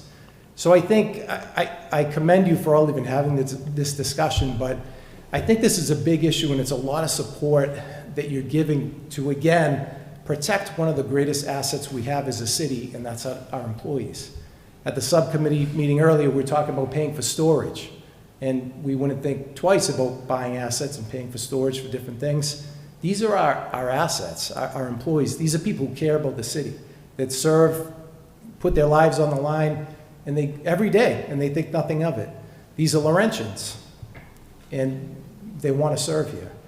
So it's a great benefit to protect our assets. I think cost can be defined in so many different ways, but it's important to look at the other costs, the things like what would it cost to rehire? What would it cost if a firefighter or police officer was on that edge, and again, they pushed and pushed and pushed, and now they're injured in the line of duty? And what are the costs to our firefighters and police that we don't see. It's tragic when we've seen the deaths that we have in the city of Lawrence, and we have had some. It's tragic when we see the deaths around Massachusetts. But what about the guys and gals that have cancer? So many do, because they're going into buildings, and we have many fires, and they're investigating fires, and they're smelling this stuff and touching this stuff, and it's on their skin, they're taking it home. I think there's a reason. I really appreciate what you said, Council Vice President, about protecting this profession, and it's why I'm so passionate about it. I mean, for me, it goes back into my family. It goes to my father, my grandfather, both of which were injured in the line of duty, one from heart condition, my grandfather, and my father later from cancer. And thankfully, you know, he's doing all right. But this is the profession, and he was a proud man, and I'm proud to stand before you and advocate for the profession of fire and police. And I think it means a little bit more, and I really appreciate you recognizing that. Thank you. Thanks. Thank you. Councilor Luzon. And thank you, Captain. And Councilor Levy. Through you, Madam Chair. I didn't see it. Yep. And yes, I think we all appreciate the work, the hard work that you do, the firefighters and the police department. But also, what we have in front of us leaves too many doors open. Mm-hmm. And I think my opinion is to take time to create something that closes those doors, and also take in consideration the financial piece, because we heard Mark Ayanello, the CAFO, we heard him stating that we are already in trouble financially. And if we're going to compromise for something, at least let that be something that we can afford as a city. So what we have in front of us is not what we should be sending. I think we need more information. I would like to get more information on the financial piece. And from there, we can take a more reasonable decision. Thank you, Madam Chair. Thank you. Councilor Levy. Thank you, Madam Chair, through you. Yes, I agree with the council regarding we need more information about the financial situation. That's one of the most important, that we don't want to open the door and then we can, how can we say, to embark the city. You have here. Yes. I got it. Can you hear me? Okay. So we don't want to embark the city in something that maybe later we are not able to afford or to comply with. So there are so many things in here. Mr. Ayanello gave it to us a lot of information regarding the situation that regarding the financial situation. I would like to see everything, in writing. I think that we still need more information, legal information, that we should also get in here our city attorney and give it to us information, on where we are going from here to there, to over there. And see, we decided to go forward. We all knows, the work that the firefighter is doing, the work that the police department has been doing. So we are all proud that, about the safety of our community, but also the safety of all of them. But I think that we should get all this information to put it together. I don't think so that today we should approve it. I think that maybe we should table, and maybe this conversation can be continued, later, and while we get more information, inclusive from you guys. Mm-hmm. I know that you mentioned all of the things that can bring later, maybe not today, but it's going to continue. Whatever that we do it today, it's going to be forever, let's say. Right. And the city, is the one who's going to be suffering or whatever decision that we can make in here. We're going to be practically the first city that is going to engage in doing this home run petition. we should be looking, I don't know, but this is my concern. We should be looking on us, other city around and see what they think, about doing the same thing on their own city. Andover, North Andover, Methuen, so close city, The city of Lawrence is going to be a city of first, because we have another home rule petition about voter identification, and we will be the first That's city. something. That we will be the first city for that as well in the Commonwealth. That we're gonna, So, exactly. That is something that we are trying to do another home run petition on that. But we're gonna be the city of the first. I think so that there are so many things that have been happening in the city that we are, practically the example for other city, but we want to do it on the correct way. Sure. So that everybody can be included, not somebody be excluded from, and like you mentioned, there are hundreds of ways for retirements, that can be affected, can be worked for, and that we can get the help for all of these people, just the firefighters, the police, and whoever that work for the city, anyway. So, and that is my advice in this case. I don't think so that we should do any vote, we should table, and we can continue working, in another time. We knew that when we say, okay, let's send it to the whole, to the committee as a whole, is because we knew that this is something that is going to take time, and we need to understand what we are avoiding, mostly when our constituency are the one who's going to pay practically for whatever decision that we make at this table. Thank you. I think, Councillor Levy, I 100% agree with you with everything what other councillors have said, and I think I think it's an, I don't want to use the word honorable, but I guess I'm going to use the word honorable because I can't think of another term right now, but that we are a city, we are becoming a city of first. We are looking into topics and into things that other municipalities aren't doing, and perhaps whether it may work for us, it may not, and like I think we all share the same sentiment. We want to do the right thing and make sure that we, cross our T's and dot our I's. So I 100%, agree with that, and we'll see where it goes. So if I could, Gina, yeah.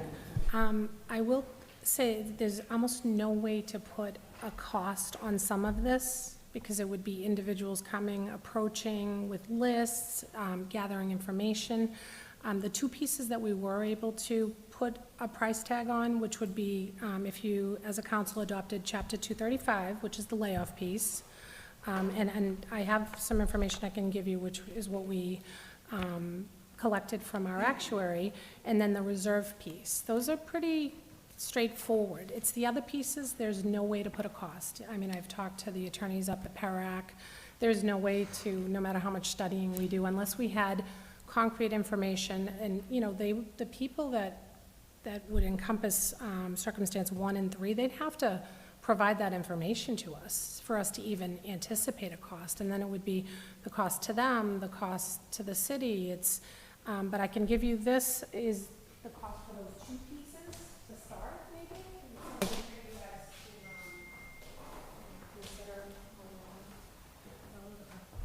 Yeah, through you. Yeah.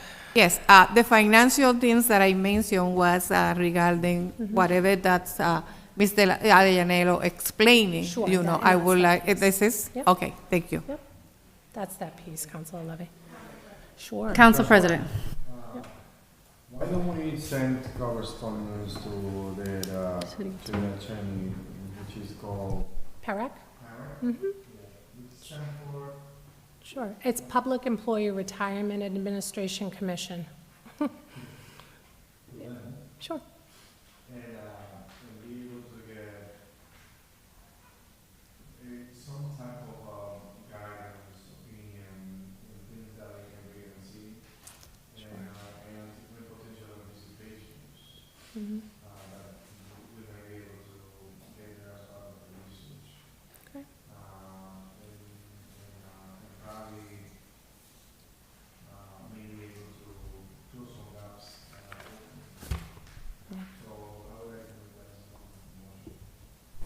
Motion has been made by Council President. Is there a second? Second. Seconded by Councilor Luzon. Discussion.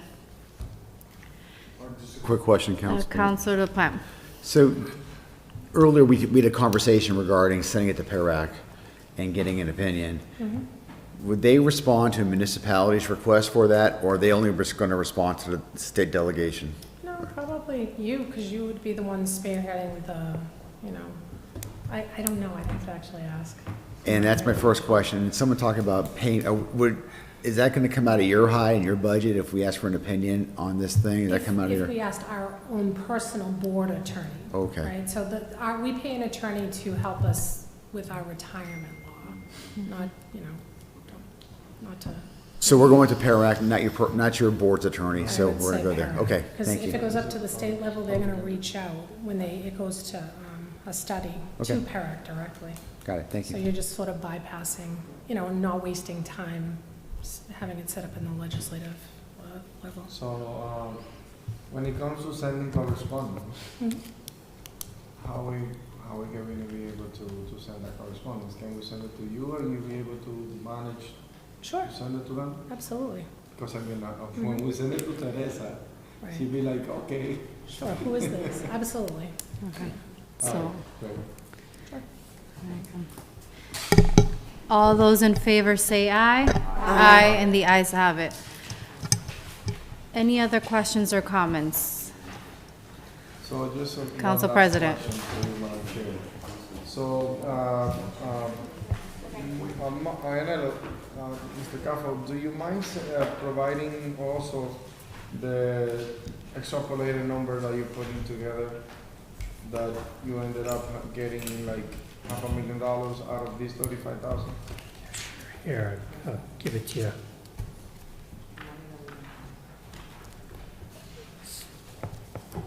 Because if it is 35 today, we make it happen. It's not 35.